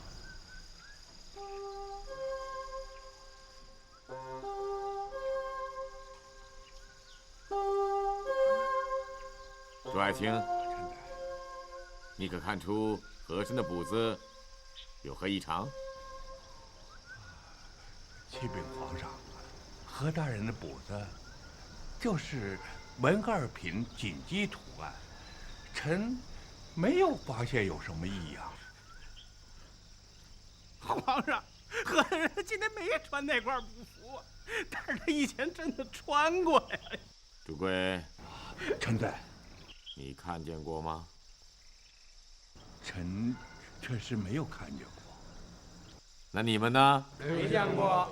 皇上明鉴，奴才何曾穿过什么会变化的补子？你这皇上，何大人他以前真的穿过，他别人没见着，只有奴才一人见着的。够了，和珅，你贪慕虚荣，擅改祖制，还不思悔改，你血口喷人，陷害忠良。何爱卿，奴才在。你是内务府总管，恒善就交给你处置，一定要严肃惩办，以儆效尤。奴才遵旨。哎呦，皇上，哎呦！何大人，我一时糊涂啊，我的小命都在您手里了，您就大人不计小人过，就饶了我这次吧啊！饶了你？怎么饶啊？这是皇上交代下来的事儿，我可不敢马虎。怎么处置还不是您的一句话呀？您就放了我这马吧，我求求您嘞！现在求我了，你早干嘛来的？啊？你在我手下这几年，我时时处处袒护着你啊，给你担了多少风险呢？就拿查办粮店这件事来说吧，啊，如果不是我给你想辙，你过得了这一关吗？可是你怎么样，啊？你是恩将仇报啊，在皇上面前往我身上泼脏水。那双料补子，是我让你在外边场子抖抖威风的，我让你在皇上面前显摆了吗？啊！现在皇上怪罪下来了，你让我怎么办？啊！我要是不查办你的话，我那是抗旨不遵呐！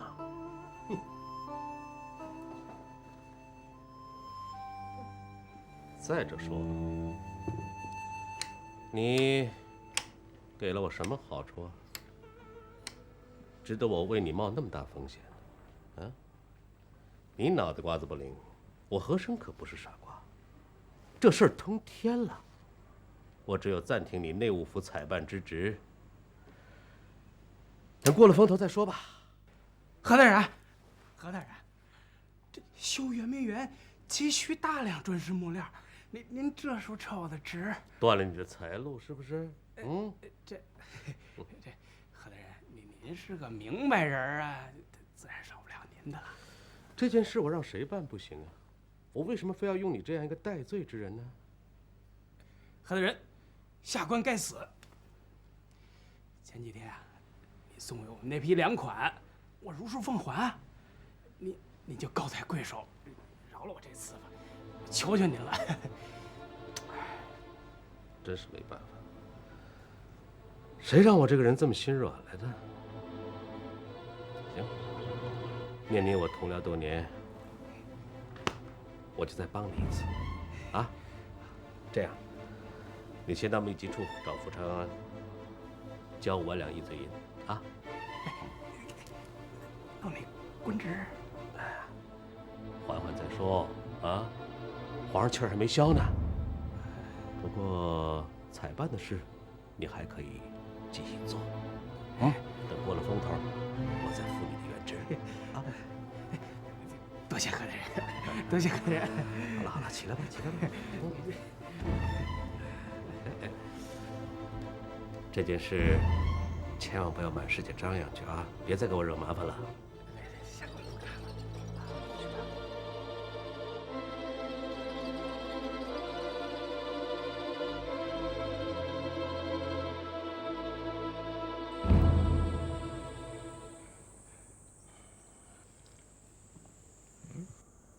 王大人，怎么样？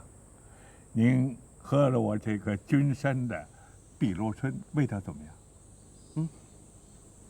汤色碧绿，清冽醇厚，齿颊留香，回味无穷啊！上品。哎呀，偷得半日闲，与知己一起赏花品茗，岂不快哉？只是什么？原本应该是3个人的雅集，现在只剩下你我2人了。道不同不与谋。王大人，和珅呐，早就和你我的道路不同了，少了他，没什么可惜的。前天因为补子，皇上跟衡善大发雷霆一事，你还记得吧？当然记得，当时我在场啊。衡善是不是说他是跟和珅学的？当时啊，和珅是矢口否认的。哎呦，他还做着那无辜的样子。哼，我想这段恩怨，肯定跟查办粮店一事有关。啊，王大人，你这么一说呀，老夫是豁然开朗。对，和珅啊，跟衡善这笔交易，就因为分赃不均，他就用文武补子请君入瓮。等到衡善钻进去，他就趁机勒索他。这是和珅惯用的手法呀。对，肯定是衡善以敬就犯。和珅又去让他采办修葺圆明园的工料，这样贪污下来的银两，和珅也能分得一杯羹了。哦，真是机关算尽呐！哎，对了，我呀得上衡善那儿去一趟，给他来个敲山震虎，免得他在工料上又做什么手脚。对，他现在负罪在身，不能不有所顾忌。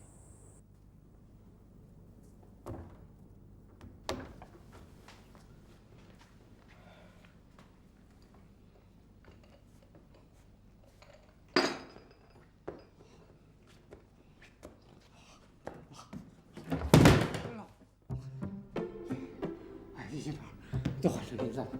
你是说，这里边都是你用银票兑成的银子？累坏了吧？快抬到密室门口去，抬走！快起来呀！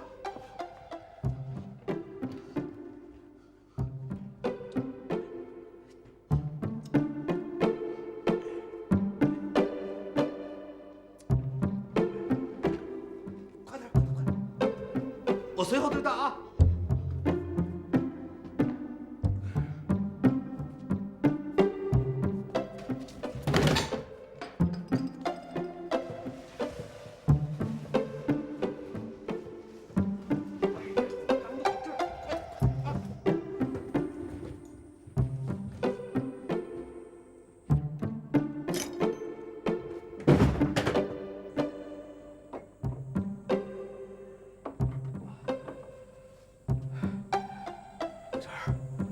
在门口守着啊，谁也不让进来。是。哎，你也不要进来打扰我，啊，去吧，这箱子我自己来。是。去。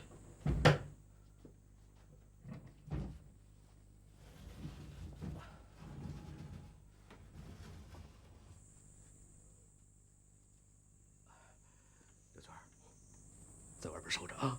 是。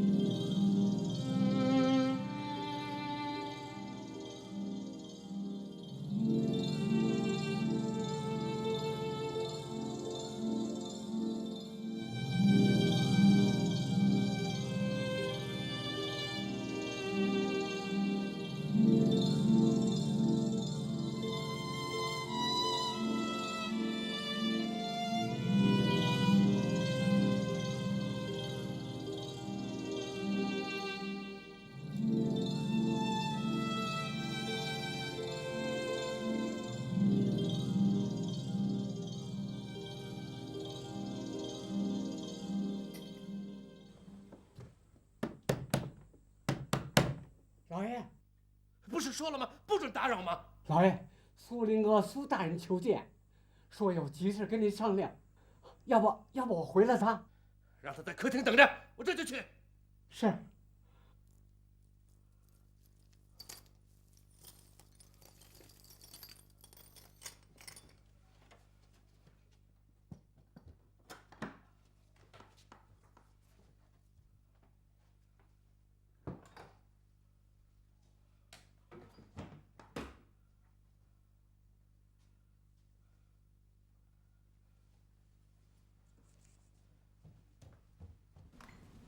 苏大人，什么事儿这么急找我呀？何大人，深夜叨扰，为时冒昧，请何大人恕罪。别客气，坐下说，坐下说啊。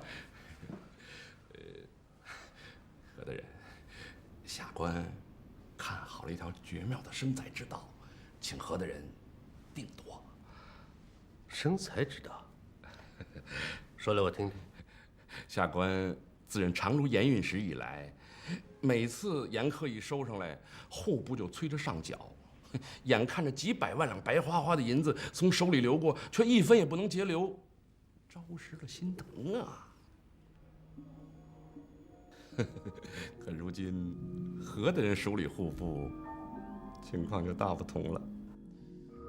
你是说，只要您户部尚书暗地里允许我把这客银缓交那么几个月，这客银就能为咱们生财了。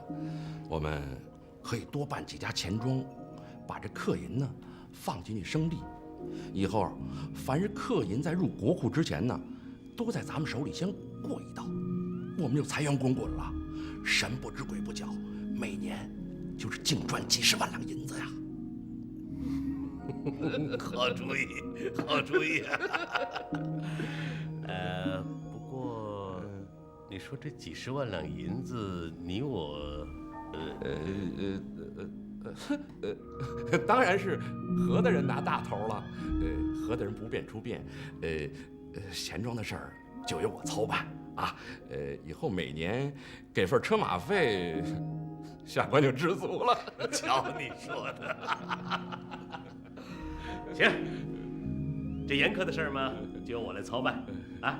你放心，那就把钱庄开起来吧。何大人真是痛快之人，下官当尽快去办啊。那是啊，多耽误一天，就等于多耽误我们的银子。那是。哎，苏大人，你在下边当差，最近可有什么新奇的事儿？说给我听听。新奇的，哎。您这一说呀，我倒想起件事儿来。下官在返京途中，在高碑店巧遇内务府采办横善衡的人。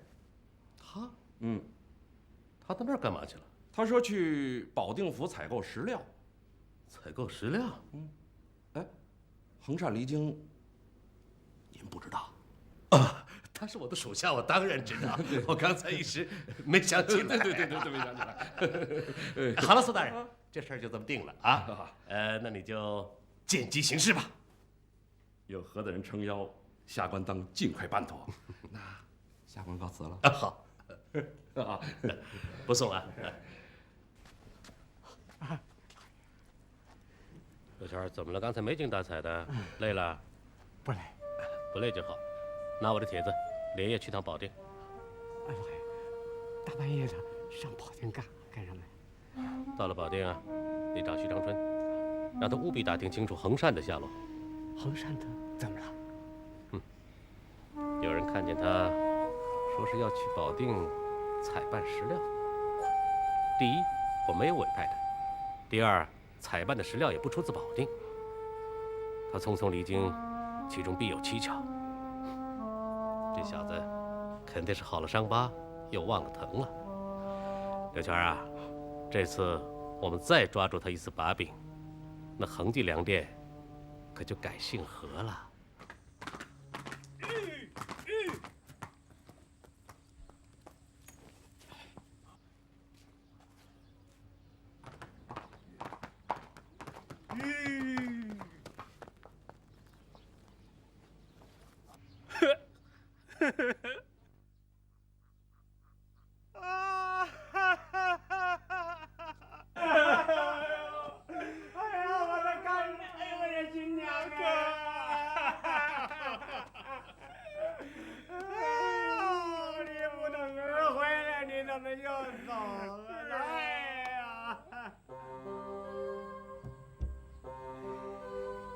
哥，你先请。哎，贤弟，你先请。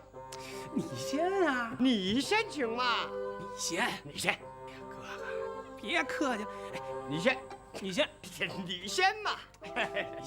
你先。哎呦喂，大老爷、二老爷，这不是礼让的时候，赶紧往里进吧。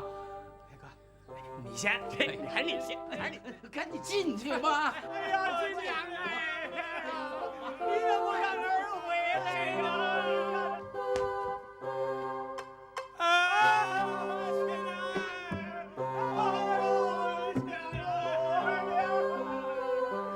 呦，把儿养这么大可不容易。哎呦，亲娘哎，您怎么不等着儿子跟您尽孝啊？大老爷、二老爷，现在呀可不是哭的时候，好多事儿都等着老太爷和你们拿主意呢。什么事儿啊？还能什么事儿啊？丧事儿吧。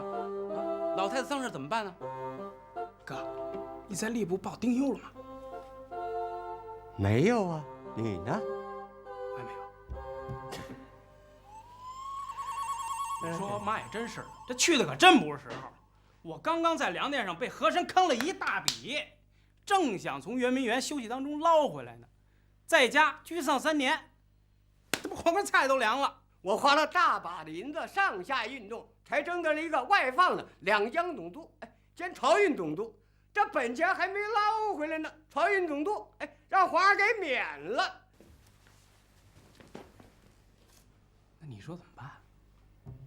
恐怕呀，只能密不发丧，悄悄的葬了母亲。你我呀，各反其职。你也得只能这么办了。亲娘啊，恕儿不孝了。等儿挣足银子，给您做7期49天水陆道场，哥，是不是？是。不行，丧葬大事怎么这样敷衍了事？你们也太不孝了。哎呦，爹，凡事都以大局为重。您给我妈丧事办得再风光，那也是个过程而已啊，那是给别人看的。与我们哥俩的前程相比，那孰轻孰重，您得掂量掂量。找借口！你们俩人贪财爱财，别人不知道，我还不知道啊。什么耽误前程？你们是想把丧葬费省下来？你们的那点小算盘，我都知道。你们不要忘了，我是你爹。你们俩那一肚子坏水，我全清楚。你们不要拿我当老糊涂。爹呀，您这么说，您儿子可实在是冤枉死了。您这俩儿子再没钱，这几个丧葬费还是不在话下呀。您别忘了，您这俩儿子不是废物。您要真是想办这丧事，咱就一分不花，也办得风光体面。可是爹呀，您也帮我们算算，我们哥俩做3年官，挣多少银子？说什么都没用，不行啊，就是不行。爹，您怎么刀枪不入啊？他这事儿不是出来了吗？咱们自然得想个变通的法子呀。你们就顾了你们自己那点小九九，从来就没替我想想，我算白养活你们了呀。您怎么了？您不是活好好的吗？我好什么呀？我惨透了呀！我呀，你们净想着当官挣钱，可是你们一走，家里就剩下我这一个老头子，我可怜不可怜的我啊！你们要是在家，也能有人陪陪我呀。哎，爹，你什么也别说了，儿明白了，哥，咱得给爹找一个填房的小妾。爹，您要什么？您说呀！您让我们哥俩打了半天眼呢，这么简单的事儿，您放心，让我们哥俩包了。你们可别胡来啊！我可没这意思。哎，那爹，我给爹，您别走，您别走，您那想法，您别走。爹，您现在同意不同意？咱们暂不发丧了。那就以大局为重了。成交。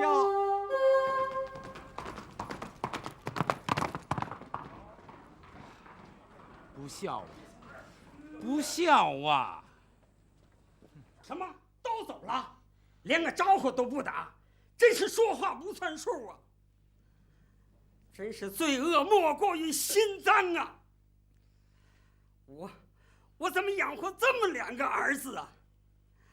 造孽呀，造孽！老婆子呀，我对不起你呀。您说说，这叫什么事儿啊？连横幅的管家都看不过去了，骂他们是不孝。忤逆，忤逆，忤逆透顶，这不孝不忠，这可是大罪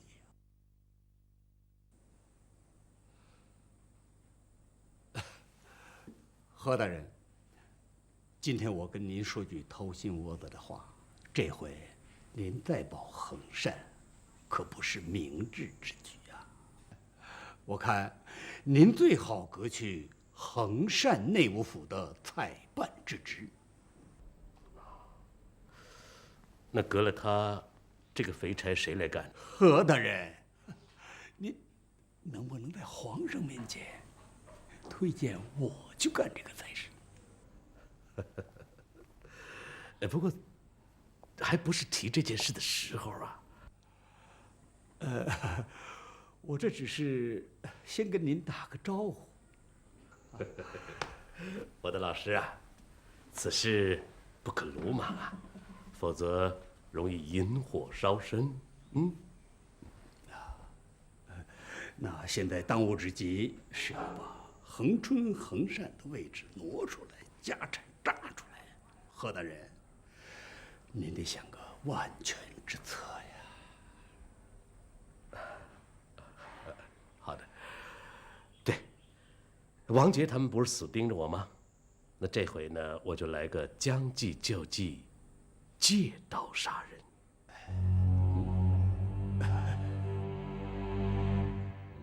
我大清以孝治天下，可恒春、恒善兄弟俩竟敢不报丁忧，不肯居丧，这是犯了忤逆的大罪呀！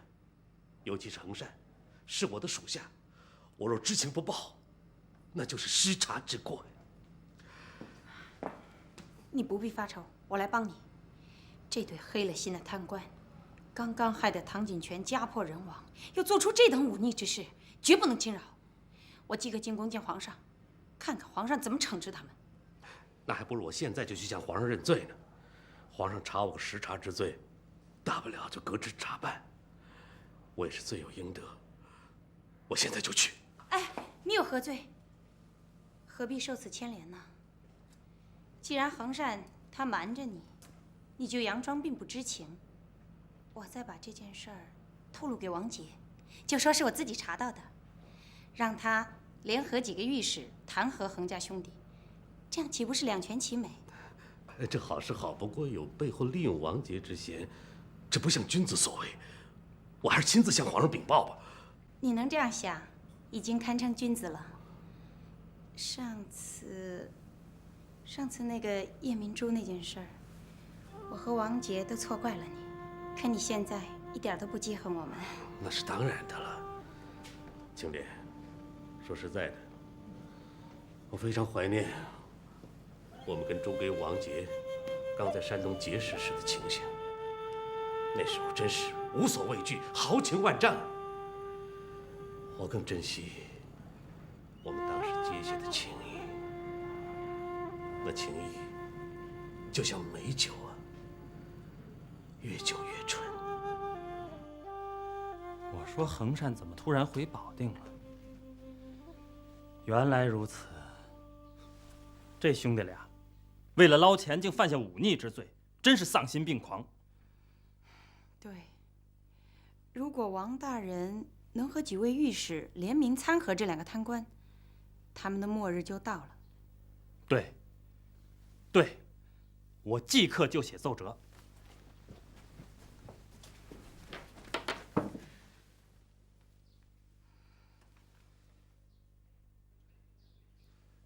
青莲，这件事情有没有实据？是谁告诉你的？是我自己查到的。最近你没有出过京城啊，你怎么会知道保定的事呢？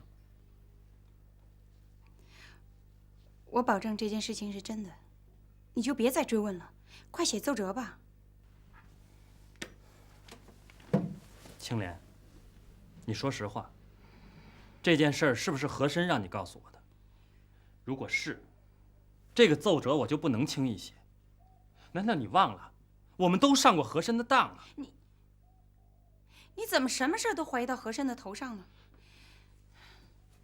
真是小肚鸡肠。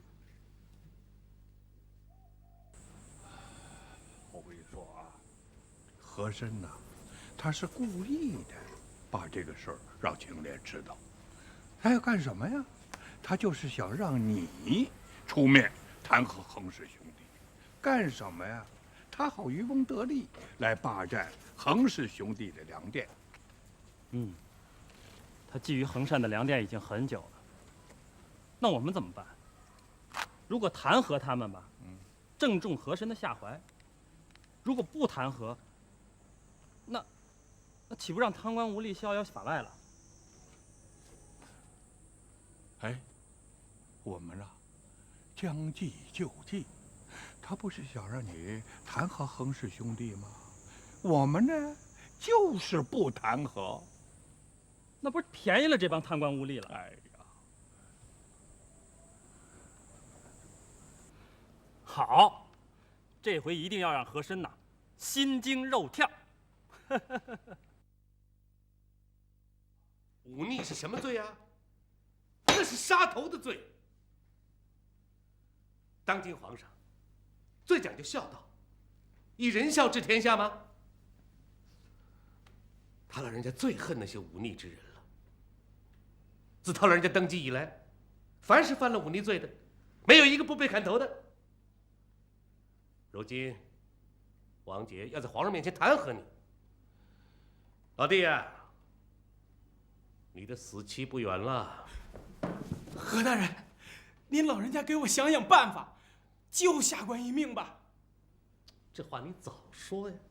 现在晚了，真的是太晚了。你想想，王杰就要在皇上面前弹劾你了啊！我就是想救你，我心有余力不足啊。何大人，这京城里就没有您办不到的事儿。我给您10万两银子，您就救救下官吧。啊！瞧你这话说的，你内务府一个五品采办啊，那条命就值10万两啊！你太小看自己了嘛。何大人，那您说，我得多少银子呀？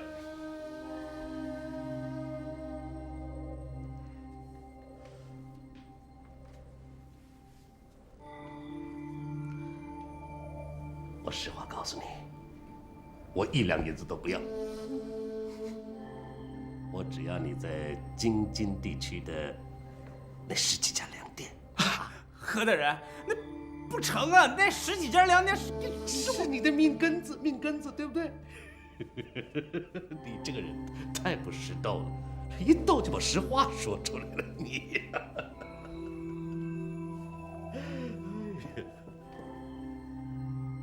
宋柯，何大人，您息怒，那10几家粮店，我都给您了。行，你还算个明白人，不过口说无凭啊。那我给您立个字据。来人呐，笔墨伺候。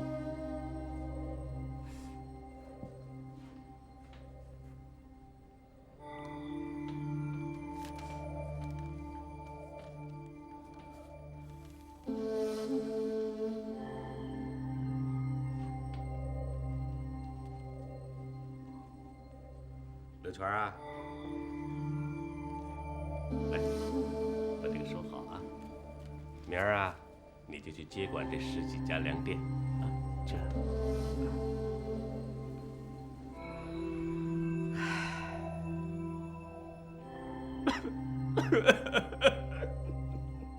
怎么了，老弟？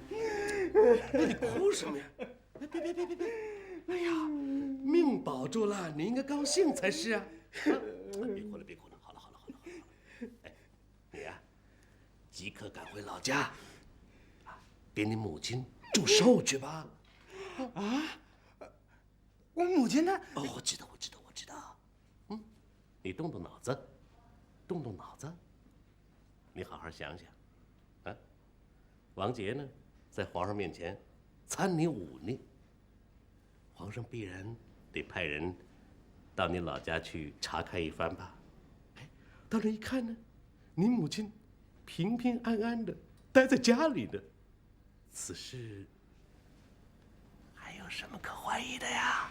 哎，何大人，哎，这招确实高明啊！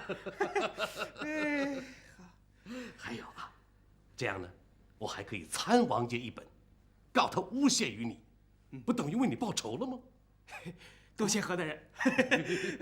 何大人，您这下官的再生父母啊！别这么说，别这么说，你呀，赶快回家安排去吧。哎，好，哎，谢谢何大人，谢谢何大人，告辞，告辞。你走好啊，走好。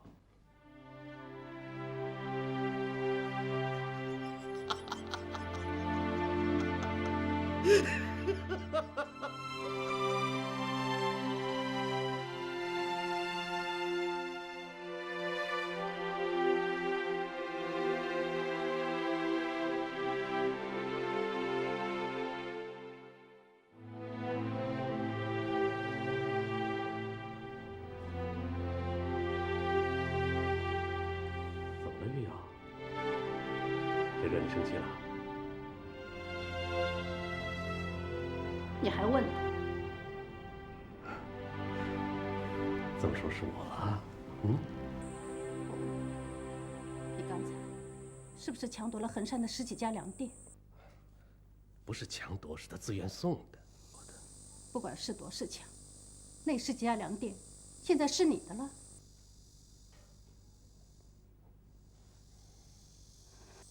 老爷，我们是缺吃的还缺穿的？我们要那么多的粮店，那么多的银子干什么？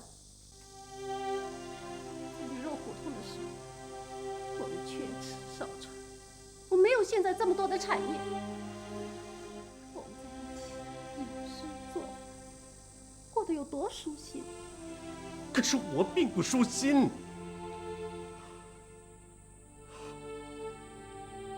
玉瑶啊，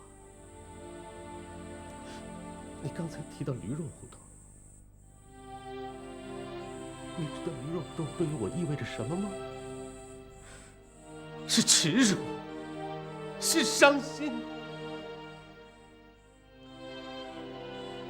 那些人家穿的是绫罗绸缎，我却是破衣烂衫；人家吃的是山珍海味，我却是粗茶淡饭；人家是珠光宝气，我却是一身穷酸。我也是7尺男儿也有啊！我凭什么要在别人面前低三下四？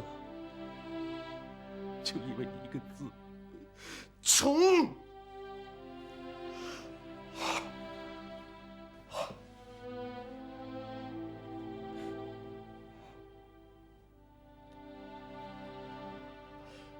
可怕的穷啊！它无时无刻不在滋养着我，吞噬着我。这种滋味只有我自己知道。最让我感到屈辱的是，玉瑶，你还记得吗？你第一次迈进我们何家的门来，就是在那驴肉胡同。你来了，你知道当时我是多么高兴。可就在这个时候，债主子登上门来了，他们登门讨债，把我的家仆打得满脸是血，我却无力还债。是你呀，拿出自己的首饰替我抵债。月瑶，当时我感谢你，可是你知道吗？我还有另外一种滋味，那就是无地自容。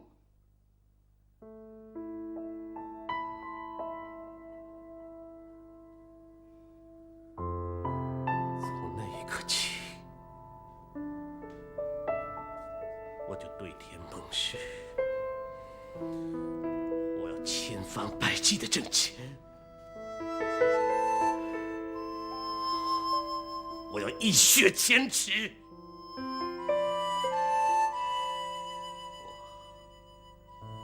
要让我心爱的女人丰衣足食，永不受穷。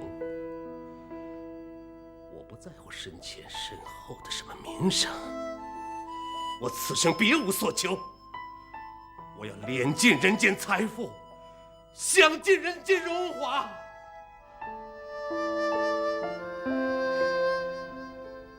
你终于说出了你的心里话，我好害怕，我好怕。玉瑶，玉瑶，你怕什么呀？怕什么呀？天塌下来有我顶着呢。玉瑶，咱不怕。玉瑶，不怕，不怕。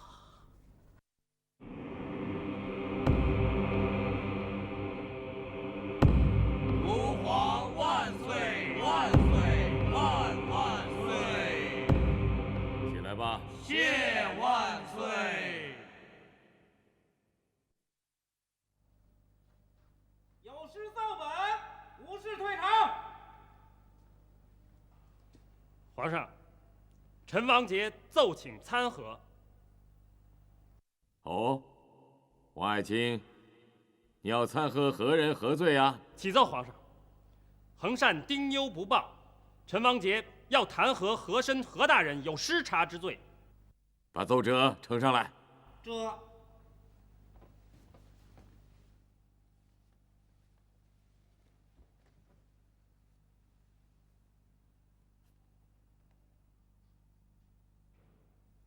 和珅，恒善是你的属下，他做出此等忤逆之事，你确有失察之责。皇上，奴才知罪，不过奴才也正要弹劾呀。和珅，此事弹劾，你纯属临时抱佛脚，你这是推卸责任。看来，你还不是认罪的。奴才不敢，等皇上看了奴才的奏折，就明白了。树这一种又一种花儿开了又谢了，看着一群又一群鸟儿来了又去了，心里一下又一下痛，这是怎么了？时间一分一秒的走在梦里，变成回忆。美丽的开始，总是在刹那之间。所有的故事，所有的结局，都是在清醒之间。我知道，我这一辈子都愿意为你守候。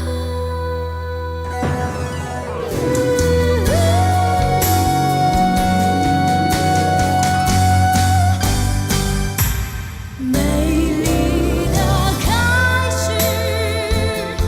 总是在刹那之间。所有的故事，所有的结局，都是在清醒之间。我知道，我这一辈子都愿意为你守候。就